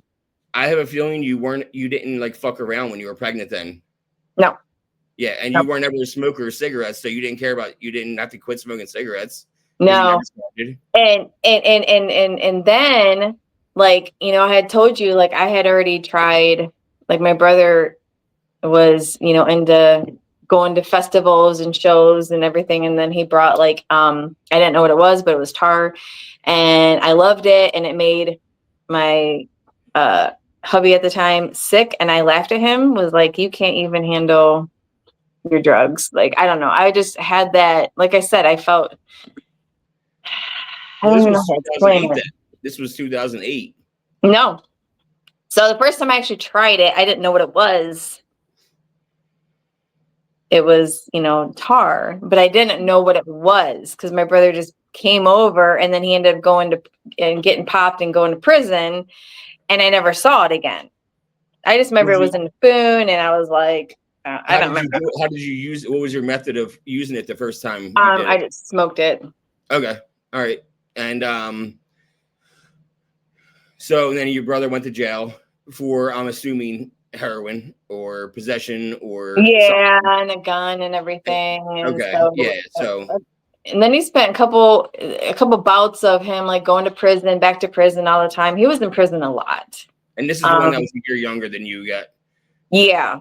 Yeah, because it sounds like he didn't take. We're not going to get into his story. This isn't his story to tell.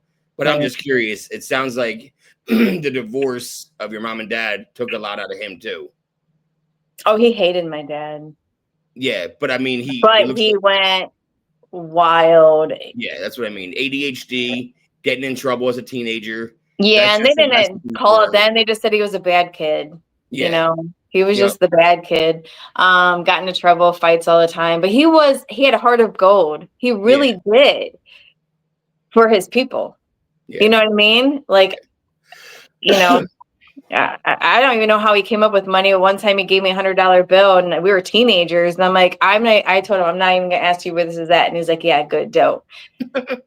And I felt, and I remember I gave that to the church because I was still going to church. And I'm like, okay, I know it's dirty money.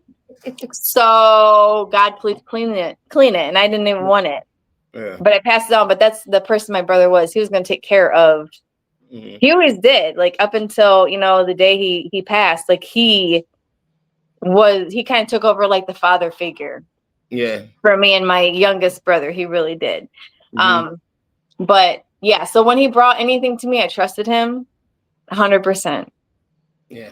That's just how it was, Yep. So that was, what year was this? So I can get my years right. Okay. So the very first time I tried it, and I didn't even know what it was. Mm-hmm. It would have been, Elijah was born. Yeah, Elijah was a baby.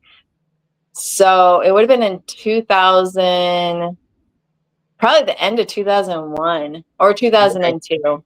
Okay. Yeah. And I lived 2.5 hours away. Like I moved with the guy and, ended up getting married. Yeah. Changing my last name. Yeah. I mean, I live 2.5 hours away right now. I know what it's like to live 2.5 hours away. And it's a nice feeling because you don't get the drop-ins, Yeah. My mom's never going to drop in on my brother. I love them all, but I don't need them to drop in on me. And even though I don't fuck around anymore and drink or smoke, but like, I still don't need the drop-ins. I like being independent. The drop-ins. Yeah. Well, now I'm back where my family lives, but I ran away. You know what I mean? I was just like as far as I can get type when I was younger, because I was doing bad. I was and I had enough respect to where I didn't want to lie to my mom and my grandma. So the best thing was for me to be away from them. Yeah. That's just how I always felt. Like I was not going to be disrespectful, but so just run away. Yep. But yeah, so yeah, that was the very first time I tried it. I loved it. And partner at the time was throwing up, and I'm like, what is wrong with you? And then just went through the abusive relationship back and forth. And, we tried to go to church to make things better, but he didn't want to really. So I finally had a mental breakdown after like a night of us going out and just, him putting his hands on me and threatening to kill me with the machete that was hanging on his wall of the bedroom. And I knew he would do it. Like, I'm like, he's crazy. He's going to do it. So I had a mental nervous breakdown at Walmart in the parking lot. And I had a stepbrother with me, and he was like, I'm going to call the police. And I didn't say no. So, that day I took, he went to jail. He admitted to hitting me that time and went to jail. It was short-lived because the first time he had ever gotten in trouble. But, and then I moved back here. Grabbed my son and moved back home and went through my divorce. It dragged on, kind of what happened with her. It dragged on because he decided to represent himself and was trying to talk me out of it, How much so older things was just took longer. How much older was he than you? I'm assuming he's at least 6 years older than you. Yeah. I want to say 4 or 5 years older than me. Yeah. And so came back home, and my brother, the one that had been in and out of prison, he was out of prison. And so right away I just started hanging out with him. And I didn't really know, but he was already in the, hooked on the heroin and dealing it and all this stuff. But I didn't care. Like, I didn't know. He wouldn't tell me his business like that. I just knew it. We both know not to talk about it. And, so I just started partying with him then. And so I was in 2008. I felt like I deserved, after going through 8 years of marriage or being with that partner and not being able to like go to the gas station or the grocery store without him thinking I'm cheating on him, and hammers getting thrown at my head. I mean, literally hammers. Like, it was just, that's fucking wild. And so the only thing I did to escape then was smoke weed. So I would like wait until I put the kid, he had his son already. So I helped raise him, and I would put those kids to bed. And as soon as they got to bed, I'd walk outside on the porch, smoke, and pass out. And that was always my excuse too. He'd be like, want to talk to me? And I'm like, oh, I'm too high. I don't, I'm just going to pass out. That was kind of my way of coping because,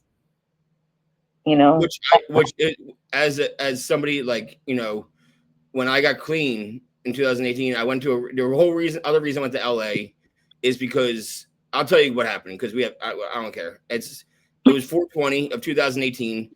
And I got my pills, I got my weed, and I'm watching, I'm alone because I like to get high alone at this point. And I'm watching it's a Friday. I'm watching a documentary called Legend of 420. It was on Netflix, and it was a bunch of different segments throughout it, like how weed is beneficial. Like one of them was about like this kid with epilepsy who couldn't talk because he had so many seizures he could never actually speak. And then they moved him from Oklahoma to like Colorado, and within like 9 days he could completely talk again for the first time in his life. Wow. And because of it. Yeah, I mean, so like tearjerker kind of stuff. And then one of the segments was about this sober living in Los Angeles called High Sobriety. And it taught people how to get off drugs, especially opiates, using cannabis.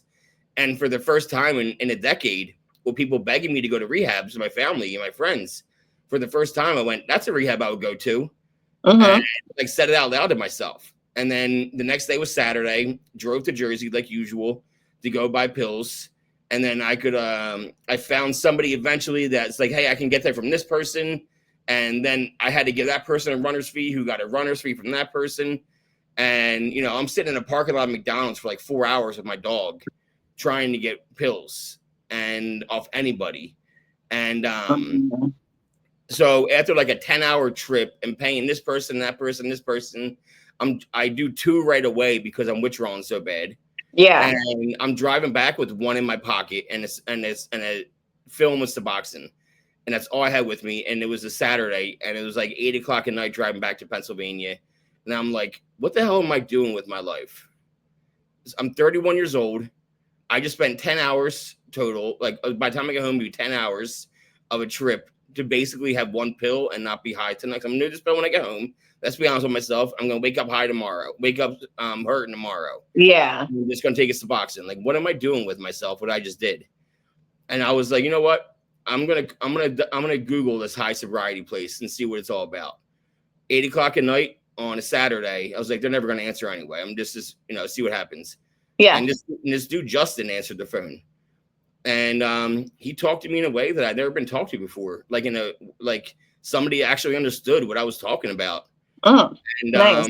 Understood nice. how I felt. And it was 5 o'clock on a Saturday in Los Angeles, and he answered. And you know, I'll always remember his name. And you know, 4 days later, I was on a flight to LA. Wow. I got high that week. You know, that Monday, I told my mom and my dad I was going to rehab. Yeah. And they were like, thank God. Like, good, thank you. And then I was like, Mom, I need $200 to go get high right now, though. Like, and she was like, I mean, that's what we do. That's what. And she was like, I don't give a shit. Here's the money. And like, you know, my mom kept me right for a couple of days. And yeah, like, yep. And I haven't used opiates since that Tuesday. My mom took me to the Philadelphia hotel, at the airport hotel, because my flight was at 6 a.m.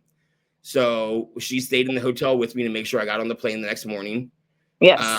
That Philadelphia airport was 15 minutes from where I grew up, where all my dealers were.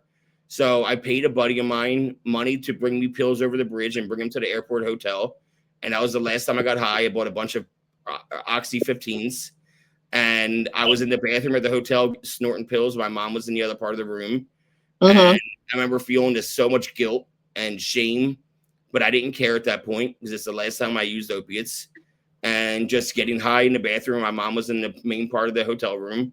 And the next morning I got on that flight to LA, and I haven't really thought about it. I barely withdrew, to be honest with you, because I was so far away from pills, you know, that I wasn't even thinking about them. And I wanted to be in LA. It's like, it's a whole different mindset, in my opinion, when you want to get clean as opposed to need to get clean. Yeah. You know, if I would have went to rehab because somebody was making me do it, like my family, it wouldn't have stuck because I was doing it for somebody else and not for myself. Yes. But And since that I is was going to rehab for myself and I wanted to be there, I wanted to put in the work to become a different person, then it was going to work for me as long as I kept believing in myself. So since I had that mindset of like, I'm fucking done anyway, I barely felt withdrawals because I wasn't thinking about getting high because I didn't want to anymore.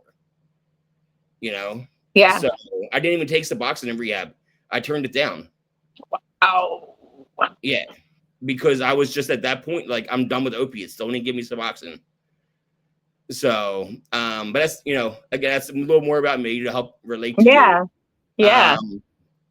So, you know, I was all for, and I smoked weed when I got married, and I quit last year. And no one was making me quit. I felt like I was using it as a crutch too much. I felt like I was smoking all day, every day. I was spending a lot of money on it. I felt like it wasn't serving me anymore. And, you know, I would just escape with it. And that's when it becomes a problem, in my opinion. So, you know, that's when I was like, you know, and I had a bad problem with benzos after my dad died. My dad died with me clean. So when he died, I was clean and sober. Okay. And then about a month later, I relapsed with benzos. But I wasn't buying them on the street. I had a psychiatrist, and it was like this psychiatrist said yes to everything for me. So I was like, hey, I need Ativan. He's like, here you go. And then I abused it right away.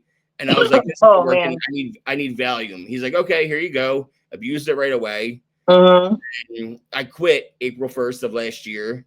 And I haven't smoked weed since, but then I relapsed last November with Xanax, and I used Xanax for 9 days, overdose, ended up in a psych ward, and haven't touched Xanax since December of last year, and I've been clean since my clean date's December 5th of last year. I took 8 months off of doing the show to work on my recovery. Yeah. Every day at 9 p.m. based out of California. Very active. I haven't worked the steps, to be honest with you, but I worked them in AA before. And well, I mean, working the steps doesn't like we naturally start to work the steps because you have to admit you're powerless. Yeah. And me doing this by even doing anything is like my biggest like tool besides going to meetings, and I share in every meeting. I host meetings, I co-host meetings. You know, I'm very friendly with everybody in my meetings. You know, I make friends with everybody. And I do this podcast where like I've met over 200 people all around the world that I've interviewed and connected with and became friends with, part of a network. Yeah. You know? Yeah, so that's the sober support part, you know? Yeah, like Ashley, and then I met you, and then I met other people through Ashley that I'm friends with to this day. You know, that it just, the network grows and grows. And everybody that I talk to, we have different modalities of getting clean, whether it's through 12-step programs, whether it's my wife does recovery Dharma, whether it's through people that, you know, white knuckle it or go to church, or there's a million different ways, in my opinion. And I'm never going to shame anybody for how they got clean or sober, just as long as you get clean and sober. That's all I give a fuck about. So, you know, so anyway, sorry, even though I smoked cigarettes 8 months ago, I still die inside. I'm still dying. So you discovered really for the first time in 2008 is when you were now single, and your brother's out of jail, and you know you're like, did you ask him what that stuff was, or did he bring it over again? So how did it go about? Okay, so well, I finally started doing for me because I was out of that relationship. I had my son with me, and I was living with my mom, and she still had rules, you know, for living in her house. So I was working and just started to party, like just go out to the bars. You know, I wanted to go out to the bars because I didn't for so many years. I'm like, that's where I want to be, is the bar scene. And you know what? It's funny or ironic that when I drank, I couldn't just drink one ever. I would go in a bar with just enough money for one drink, and I still closed down the bar. Still drunk every single time. There is not one time I went out and even really remember driving home. Your dad's daughter. Your dad's daughter. Let's be real. But I never called myself an alcoholic until because I never realized I was an alcoholic because I wasn't addicted physically until I was, there's just a few years ago. It was like, 3-4 years ago, I realized, oh my God, I'm an alcoholic. You know, I did not ever realize it. But anyway, so a little bit of freedom. I started hitting the bars. You had stopped drinking 9 years ago, right? I stopped drinking. I stopped, just pretty much any drug. You know, I stopped in 2016. 2016, yes. That's when you quit drinking too. But you realized 3 years ago you had an epiphany, like, oh my God, I was an alcoholic then too. Yeah, well, because in 2020, I wanted to drink. Like I finally slowed down. Gotcha. We were off work. You know, I was always working overtime all the time. I just kept myself busy. I wasn't working on my recovery. I stopped going to meetings. Didn't have a sponsor. I didn't talk to anybody about my recovery. And I wanted to drink so bad. And I wanted to right away hide it. Like I wanted to be like, well, if I drink this certain liquor, I can put it in my milk. Yeah. And nobody's gonna know. So I was like, oh my God, I'm an alcoholic. You're describing the big book. In the big book, Really? In the big book, the story of Bill Wilson, when before he got sober, and Yeah. he was trying to get sober, he went to the bar and he would order milk and order whiskey, and he would go back and forth because to him, Oh my gosh. yeah, it's literally you're I talking didn't about know it was that was in the big book. yes, Wow. it's such a big part. Yeah, anybody's been through AA who like really tried AA would Yeah. know and would laugh at that because like it's Bill Wilson's story, and you're That sitting here makes being like, I yeah. can milk, and that was Bill Wilson. Well, I went to AA meetings, but I went because I had to have my paper, my sheet Yeah, signed, paper you know? signed. Yeah. But yeah, Yeah. that's in the big book. Literally, it's a story in the big book, but yeah. Wow. So with that mentality, Yeah. you know, my brother was, doing it, and but he doesn't he didn't do it like in front of people, you know what I mean? Like he just was like he just did his own thing.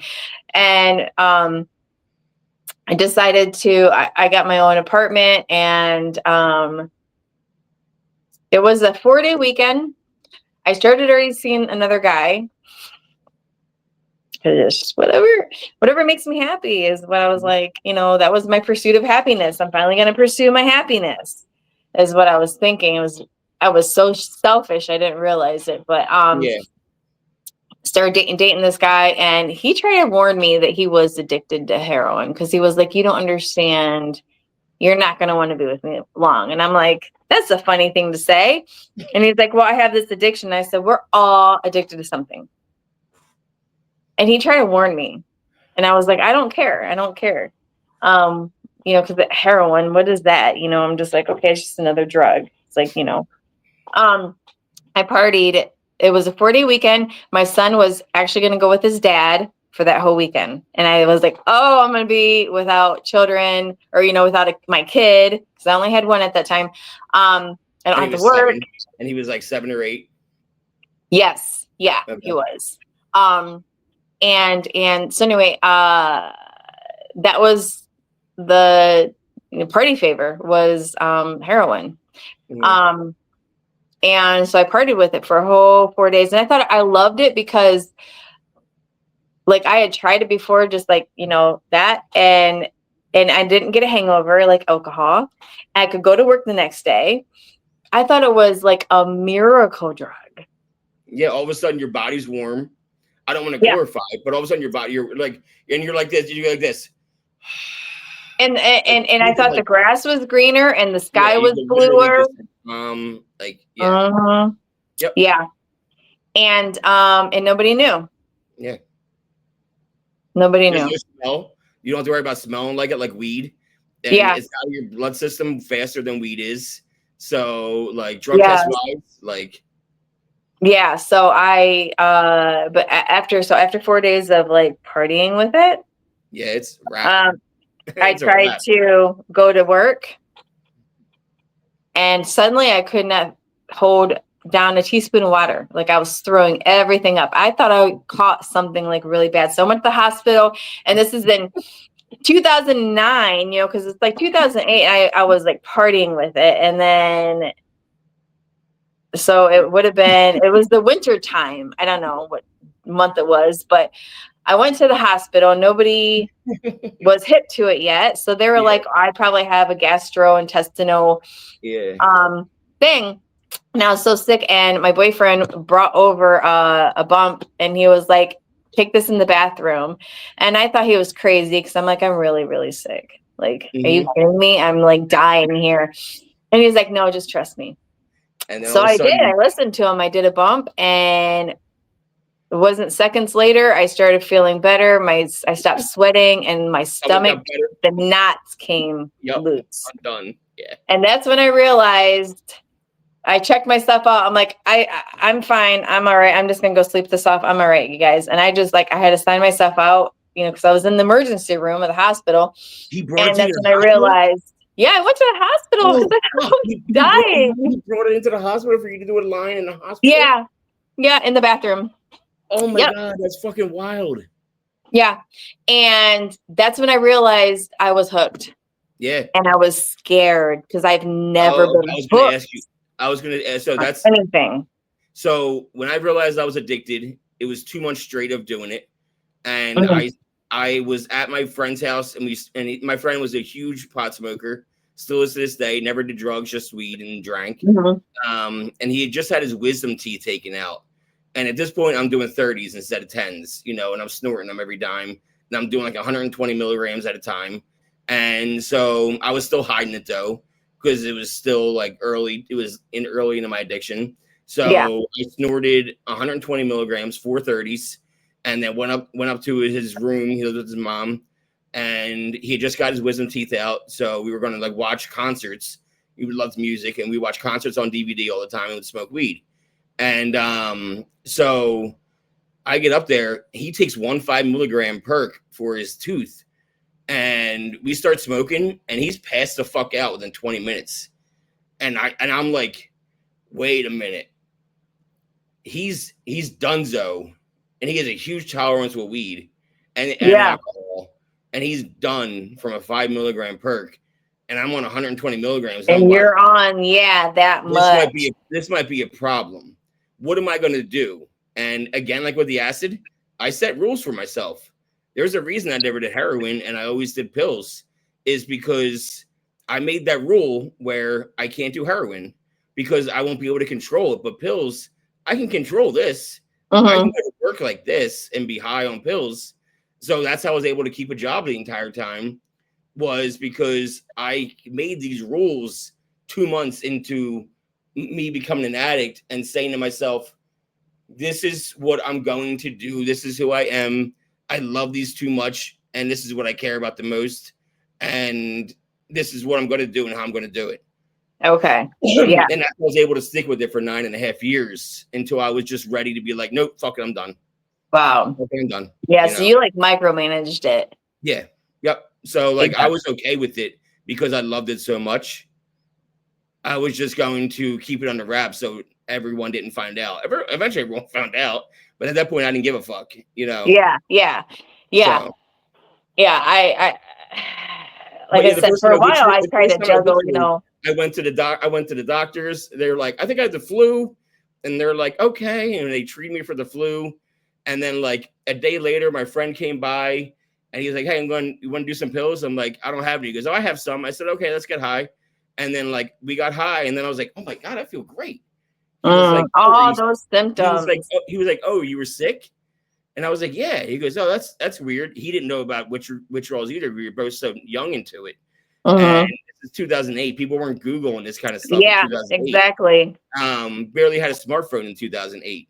Yeah. And, you know, the next time I withdrew, like a month later, I knew what withdrawing was by this point from somebody else. And then I got high right away, felt better. And then I was like, oh, that time. I didn't have the flu that time. And then it all hit me. Yeah. And then I knew I had to stay high for the rest of the time, or else this feeling is going to come back. And I hate this feeling. Yes. Yep. That's what it was. Yep.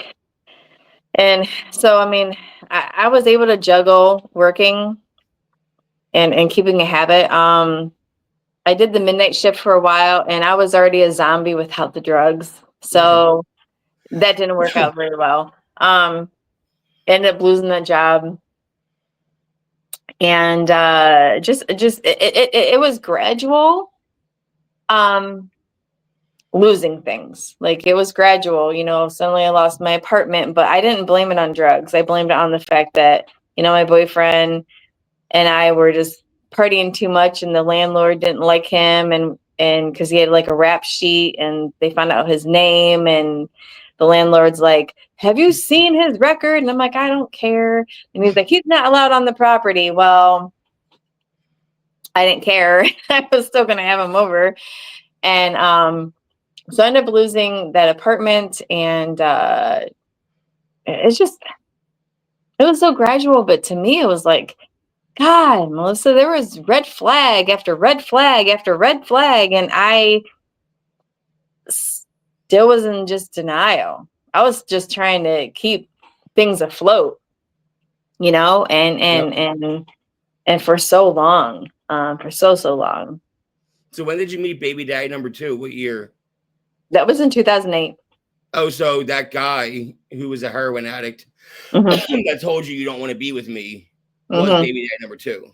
Yes. Okay, so now I'm caught up. So now when do you get pregnant with kid number 2? What year? 2011.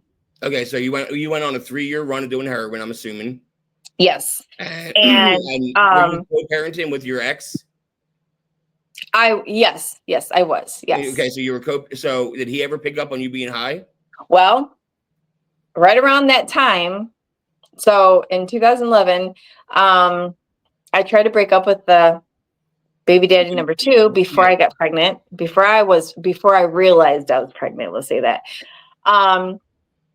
And I tried to break up with him and get distance because it just was so chaotic and it was just too crazy. I didn't want to be addicted anymore, but it kind of tied with him. Yeah.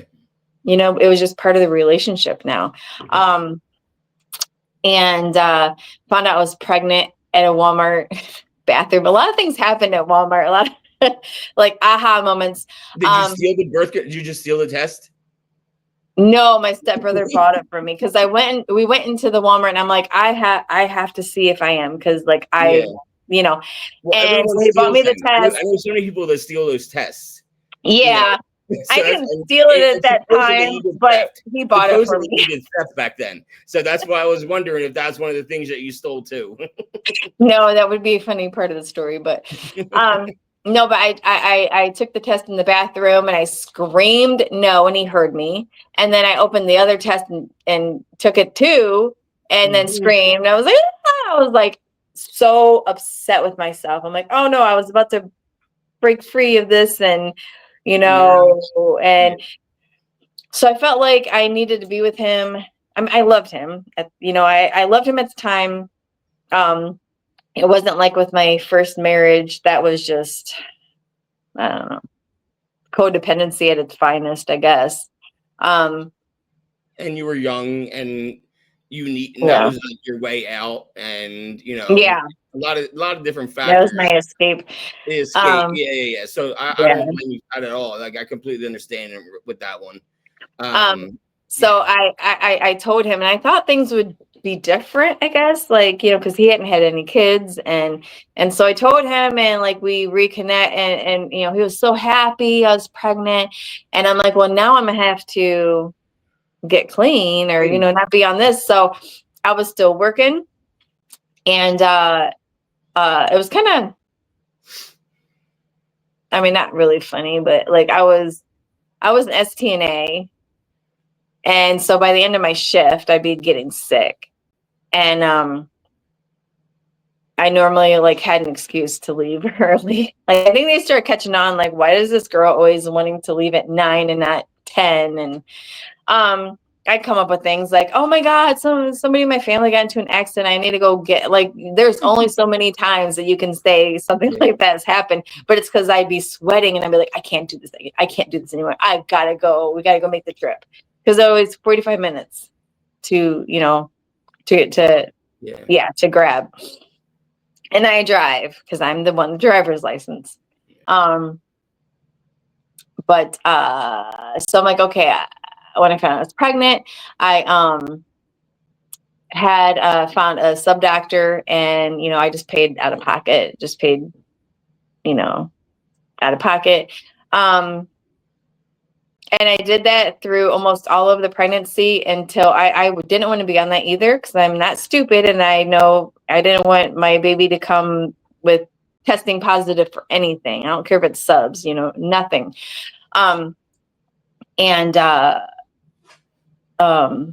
doctor didn't want me to, and I disagreed. I mean, he just went, he wanted his pets, he wanted his money, because he was like, no, it could be it could, hurt you and the baby and blah, blah, blah. Well, I weaned off of it and got off of everything. So like the last trimester, I was on nothing. Yeah. But now I was the driver. One quick thing to me, I think Suboxone is very good for people to get off of opiates, but I think it's overprescribed personally. I think that they give way too much for way too long. I think when you get Suboxone, it should be a means to an end. You should have an exit strategy set up for yourself You know what I mean? Like, I'm gonna get off. Yeah, because then you kind of trade it in. Yeah, then You know what I you're mean? like, then you have to For like, some people. then you have to like find a way to get off the Suboxone, because that withdrawal is just as bad as the dope. Yeah. So I'm so proud that you tapered off that and for your third trimester, because that's when it can do the most damage. Is that so? Yeah. So but I was still I was still with, baby daddy, and I was always driver. I was in the car. If I wasn't working, I was in the car. And like my last trimester, I ended up leaving my job as an STNA because I'm like, it's just too much. And I worked like part-time at a daycare. And then even then, that was just, it was just kind of hard. You know what I mean? Because I had to be the driver. So, I was always in a car driving. So fast forward to when my daughter is born. My baby daddy got high in the bathroom at the hospital, and I was so mad because like this moment changed my life. Like it was changing my life, like her being born. And to catch you up real quick too, right before when I did get pregnant with her, I left from my mom's house and, didn't have my apartment anymore. And my mom was not happy with baby daddy. She did not like him at all. And so I ended up moving in with him and his parents. And my son wanted to live with his dad. He was begging to go live with his dad and his big brother. And I felt like I needed to let him do that so he wouldn't see, like how crazy this is about to be. Yeah. So by the time I have my girl, my oldest son, he is now with his dad.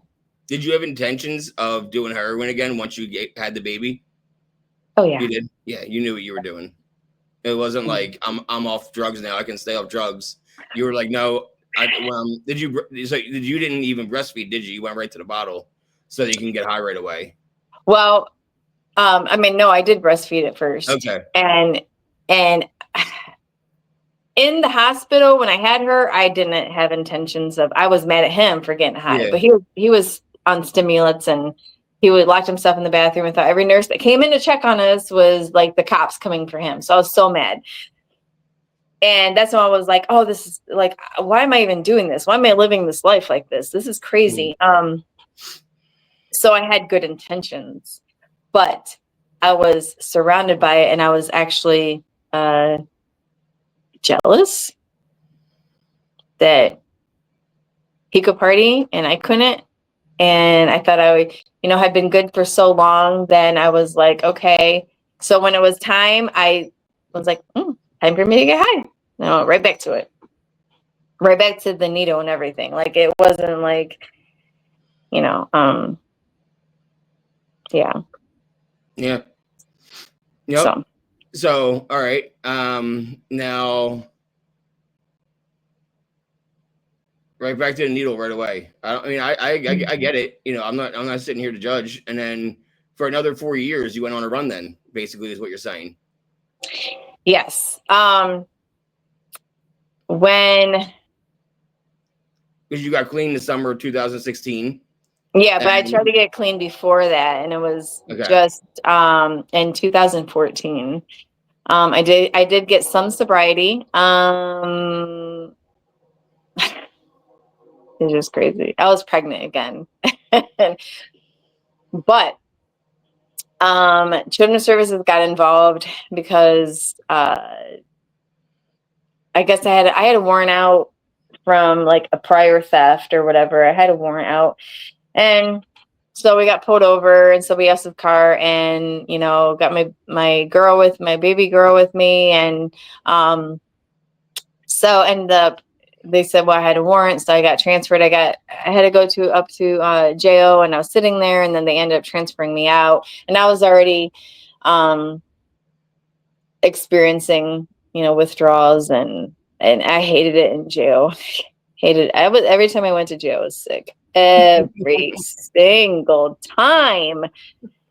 I'm like, I always was like, why can't I be one of those people that just like gets high and then gets picked up? No, I was always sick for every single mugshot. I've always been like sick.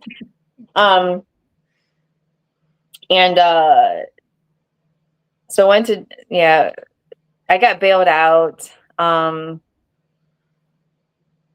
And then, knock on the door, children's services, because there's a police report and your daughter was in the car. So now all of a sudden, custody, or I mean, children's services case is ensuing. And they had me do a pee test. The baby daddy refused to do one. And they're like, okay, well, we're going to write that down. And then I thought, well, if I like just pee a little, maybe I won't be able to tell. So I was like, drop. How you found out you were pregnant? No. Okay. Not yet. Right. Okay. This is just, oh no, I light up the board and the panel and all kinds of things come back. So Children's Services was involved, and we were like, it was just, oh my God, it makes me sick to my stomach thinking about it now. I was trying to run and trying to hope that like my PO would forget about me and forget about like, I don't know. I just was a runner. I was always a runner. You're late. Yeah. And I mean, and there's more like that has happened. Like, it seems like it wasn't that long of a time, but I know, I'm sure you can understand, like so much happened. Like I could write a book about, everything that happened, like just crazy stuff. Like at one time we stayed in a trap house and the lady next door tried to sell me to the guy down the street for his birthday. Like she really tried to corner me and sell me. And that's when I realized that this is a really bad neighborhood. I need to, I'm leaving. And my baby was in my arms too. I mean, she was, not a baby, but I was holding her, and that this lady already got paid and was trying to corner me in her house. And I had to literally like make her think that somebody was at her back door trying to get in for her to turn around for me to run out. Jesus Christ. With my baby in my hands. That's when I realized, I can't be in this neighborhood. They're trying to sell me. Like, this is not good. Yeah. So just stuff like that had happened. So Children's Services is involved, but still trying to get high every day and trying to not act like we're not home all the time. And it takes a lot to make try to keep a young toddler, try to keep their voices down, like shh, in the middle of the day. Because we would get knocks, like it was, Children's Services would just stop by. They don't announce it. And I was always thinking every single time a car went by, it would be like a cruiser. You could tell, like I learned the sound of a patrol car going past the house from down in the basement. Cause like, I would just listen. That's not living. That's not living. No, it's hiding. It's hiding. Literally. Yeah. So it's crab. It's it's hermiting. Yes, peeking out the windows, and not because you're high, it's because you're scared. I was scared to go out in daylight. Like we always left the house like in the dark usually. And but anyway, it was just like getting really hard to come up with money. I was no longer working, and so some things that happened, and the Children's Services said I wasn't cooperating on my end, which I probably wasn't, because I wasn't answering phone calls and stuff. Wasn't showing up for things. And they said that we had to they just showed up one day and said I had to sign this paper, and I was waiting till the last minute to sign it. So I had like 1 hour left to sign the paper, and all of a sudden Children's Services and the police are at the door. And I was mad, and I even had a lawyer, and the lawyer is like, wait till I get there. And they're like, no. So Children's Services literally ripped my baby out of my arms and put her in temporary foster care for 24 hours. And it broke me. Like, it just broke me. And all they wanted to do was say that we had to leave the house. And I'm like, I'll be homeless. I don't care. I don't care. So that's what we did. And then they did let, the baby come back with the grandparents. So we were, staying in his dad's business. He had his own business. So we were living in the hotel, or living in the office at night. And then traveling and going to get right in the day. And every day, we're going to go to detox today. Today's the day. Well, the first time they refused me, it's because we had benzos in our system. And the place up in Toledo was like, no. So then we went back again, and I wasn't addicted to the benzos. I just was, doing them with them. So then it's wild that they would say no. Like, you're asking for help and they're saying no. Like, yeah, they straight up said no. We gotta turn you away. That's crazy. I don't think they would today, but 10 years ago. Yeah, because this was in 2013, 14. Yeah. Because it was around the holidays, so it was 2013. So by January of 2014, I'm like, that's it. I'm gonna finally get clean. We haven't done benzos in so long, a whole month. Like, we should be good. Go up there. Of course, you wait until we had to get high, of course. Yeah. And walk around and not actually rehab sober. Yeah. Walking around, and it was so snowy and cold. I know why they won't let you in. Wait. I know why. Never mind. They wouldn't let you into a rehab, or was this a detox? Detox. Okay, never mind. Well, what it is, they might not have had the medical personnel. Yeah, they said that it would have been at a hospital. Yes, because I had to go detox off Xanax in a hospital before I went to the psych ward. Yeah. And it's because they're going to take a liability that you can literally die from Xanax withdrawal. So never mind. That makes complete sense to me. Even today, you have to let them know that to let them know that you're on benzos for rehab. Yeah. But they didn't give us an option. It was just like, no, we can't take you. Yeah. I'm like, that's it. We're supposed to be addicts now. Anyway, so in January, I decide, and of course, this, I miss my girl, and I'm a mom, and I want to get her back, and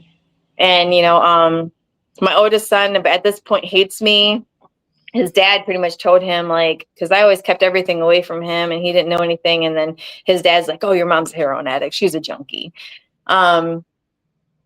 So I had that too. So I knew he hated me, and just all that guilt, but I wanted to do the right thing as a mom, because I love my kids. Even in addiction, I loved them. So go back up to the same place, and I had to do a test, and then she's like, we can't take you. And I'm like, oh, why? And she's like, you're pregnant. I hit my knees in front of this nurse. I just crumbled to the floor crying in front of her. And I had to have been I think I was 2 weeks exactly. It was I was just pregnant. And she said, there's a methadone clinic. Well, I had already been on methadone. That's another thing. I tried, it was always opiates. Went from the heroin, and then when it would go, it would be harder to find, do the Opanas, and it'd be harder to find, and then went to the methadone clinic every day, and driving up into a different state for them every day. Yeah. Yes. Oh yeah. We were the first ones there. Yeah. And finally weaning myself completely off methadone because the doctor got busted and everybody went sick. And I'm like, that's it. And yeah. So, I mean, a lot of that type of stuff happened. It's part of my story, but, when I finally wanted to get clean, it would be hard. It was always an obstacle, but yeah. So they're like, yeah, the methadone clinic. And I'm like, no, done that before. I can't do that again. since I had a children's services case, they were able to push me at the top of the list because now all of a sudden I'm pregnant. So they got me into a rehab I had never heard of. I didn't even know this town. And I got in there, got expedited because I was pregnant. So pretty much the whole pregnancy for my third kid, I was in rehab. No shit. Yeah. Did they want you in rehab the whole time and make sure you didn't get fucked up again? Pretty much. Did you want to stay in rehab the whole time to make sure you didn't get fucked up again? I relapsed already in my brain. Yeah. With the rehab. I did. I was already holding back the prescriptions that were given to me. Yeah. For, like the perks and stuff. I already held those back and had them hidden while I was in rehab because I'm like, well, someday I might be able to use this. I know it's good for 6 months. So, I already realized. We call them a reservation. And the problem with having reservations is one day you're going to show up for it. And, like you're going to a reservation for dinner. Yeah. When you show up for the reservation, that's when it's all over again. And you had the reservation of this day of certain circumstances. My reservation is my dad dies, I'm going to get high. My dad died, I got high. Yours was I'm going to have a baby, I'm going to get high. You get a baby, and you get high. So that's what happens when you have a reservation is you relapse in your head and you know exactly when you're going to get high again and what's going to need to happen for you to get high again. Luckily, I can sit here today and say I don't have any reservations. And it sounds like you don't either. No. At this point, 9 years later. I can now say I don't ever want to feel high ever again. Yeah. And just to let you know, I do have to jump off. Yeah, no, we could. Yeah, that's fine. I got therapy in 20 minutes. I didn't break your record. No, it's fine. We know, but you're going to do a part 2 for sure. Everybody, yes, we are. We're gonna do another episode soon, and I'll release them back to back or something as a part 2, so people can get the rest of the story. And the same day. And the part 2, we're gonna start with, what? Fuck it. We're gonna go to when you said a lot happened when you were getting arrested before you had your third kid. We're gonna start around there. Okay. And then we'll go to rehab when you had your third kid, and then what happened after. And we already know what happened August 10th. And then we'll talk about your recovery. Yes. And how your recovery is and what you've been doing the last 9 years. So if you're watching part 1, hit part 2, and that's what you're going to find out in part 2. Great to meet you, Melissa. We both got to go. So good to meet you. I will talk to you so soon, and we'll do part 2. Sounds great. All right. See you. All right. Bye. Bye.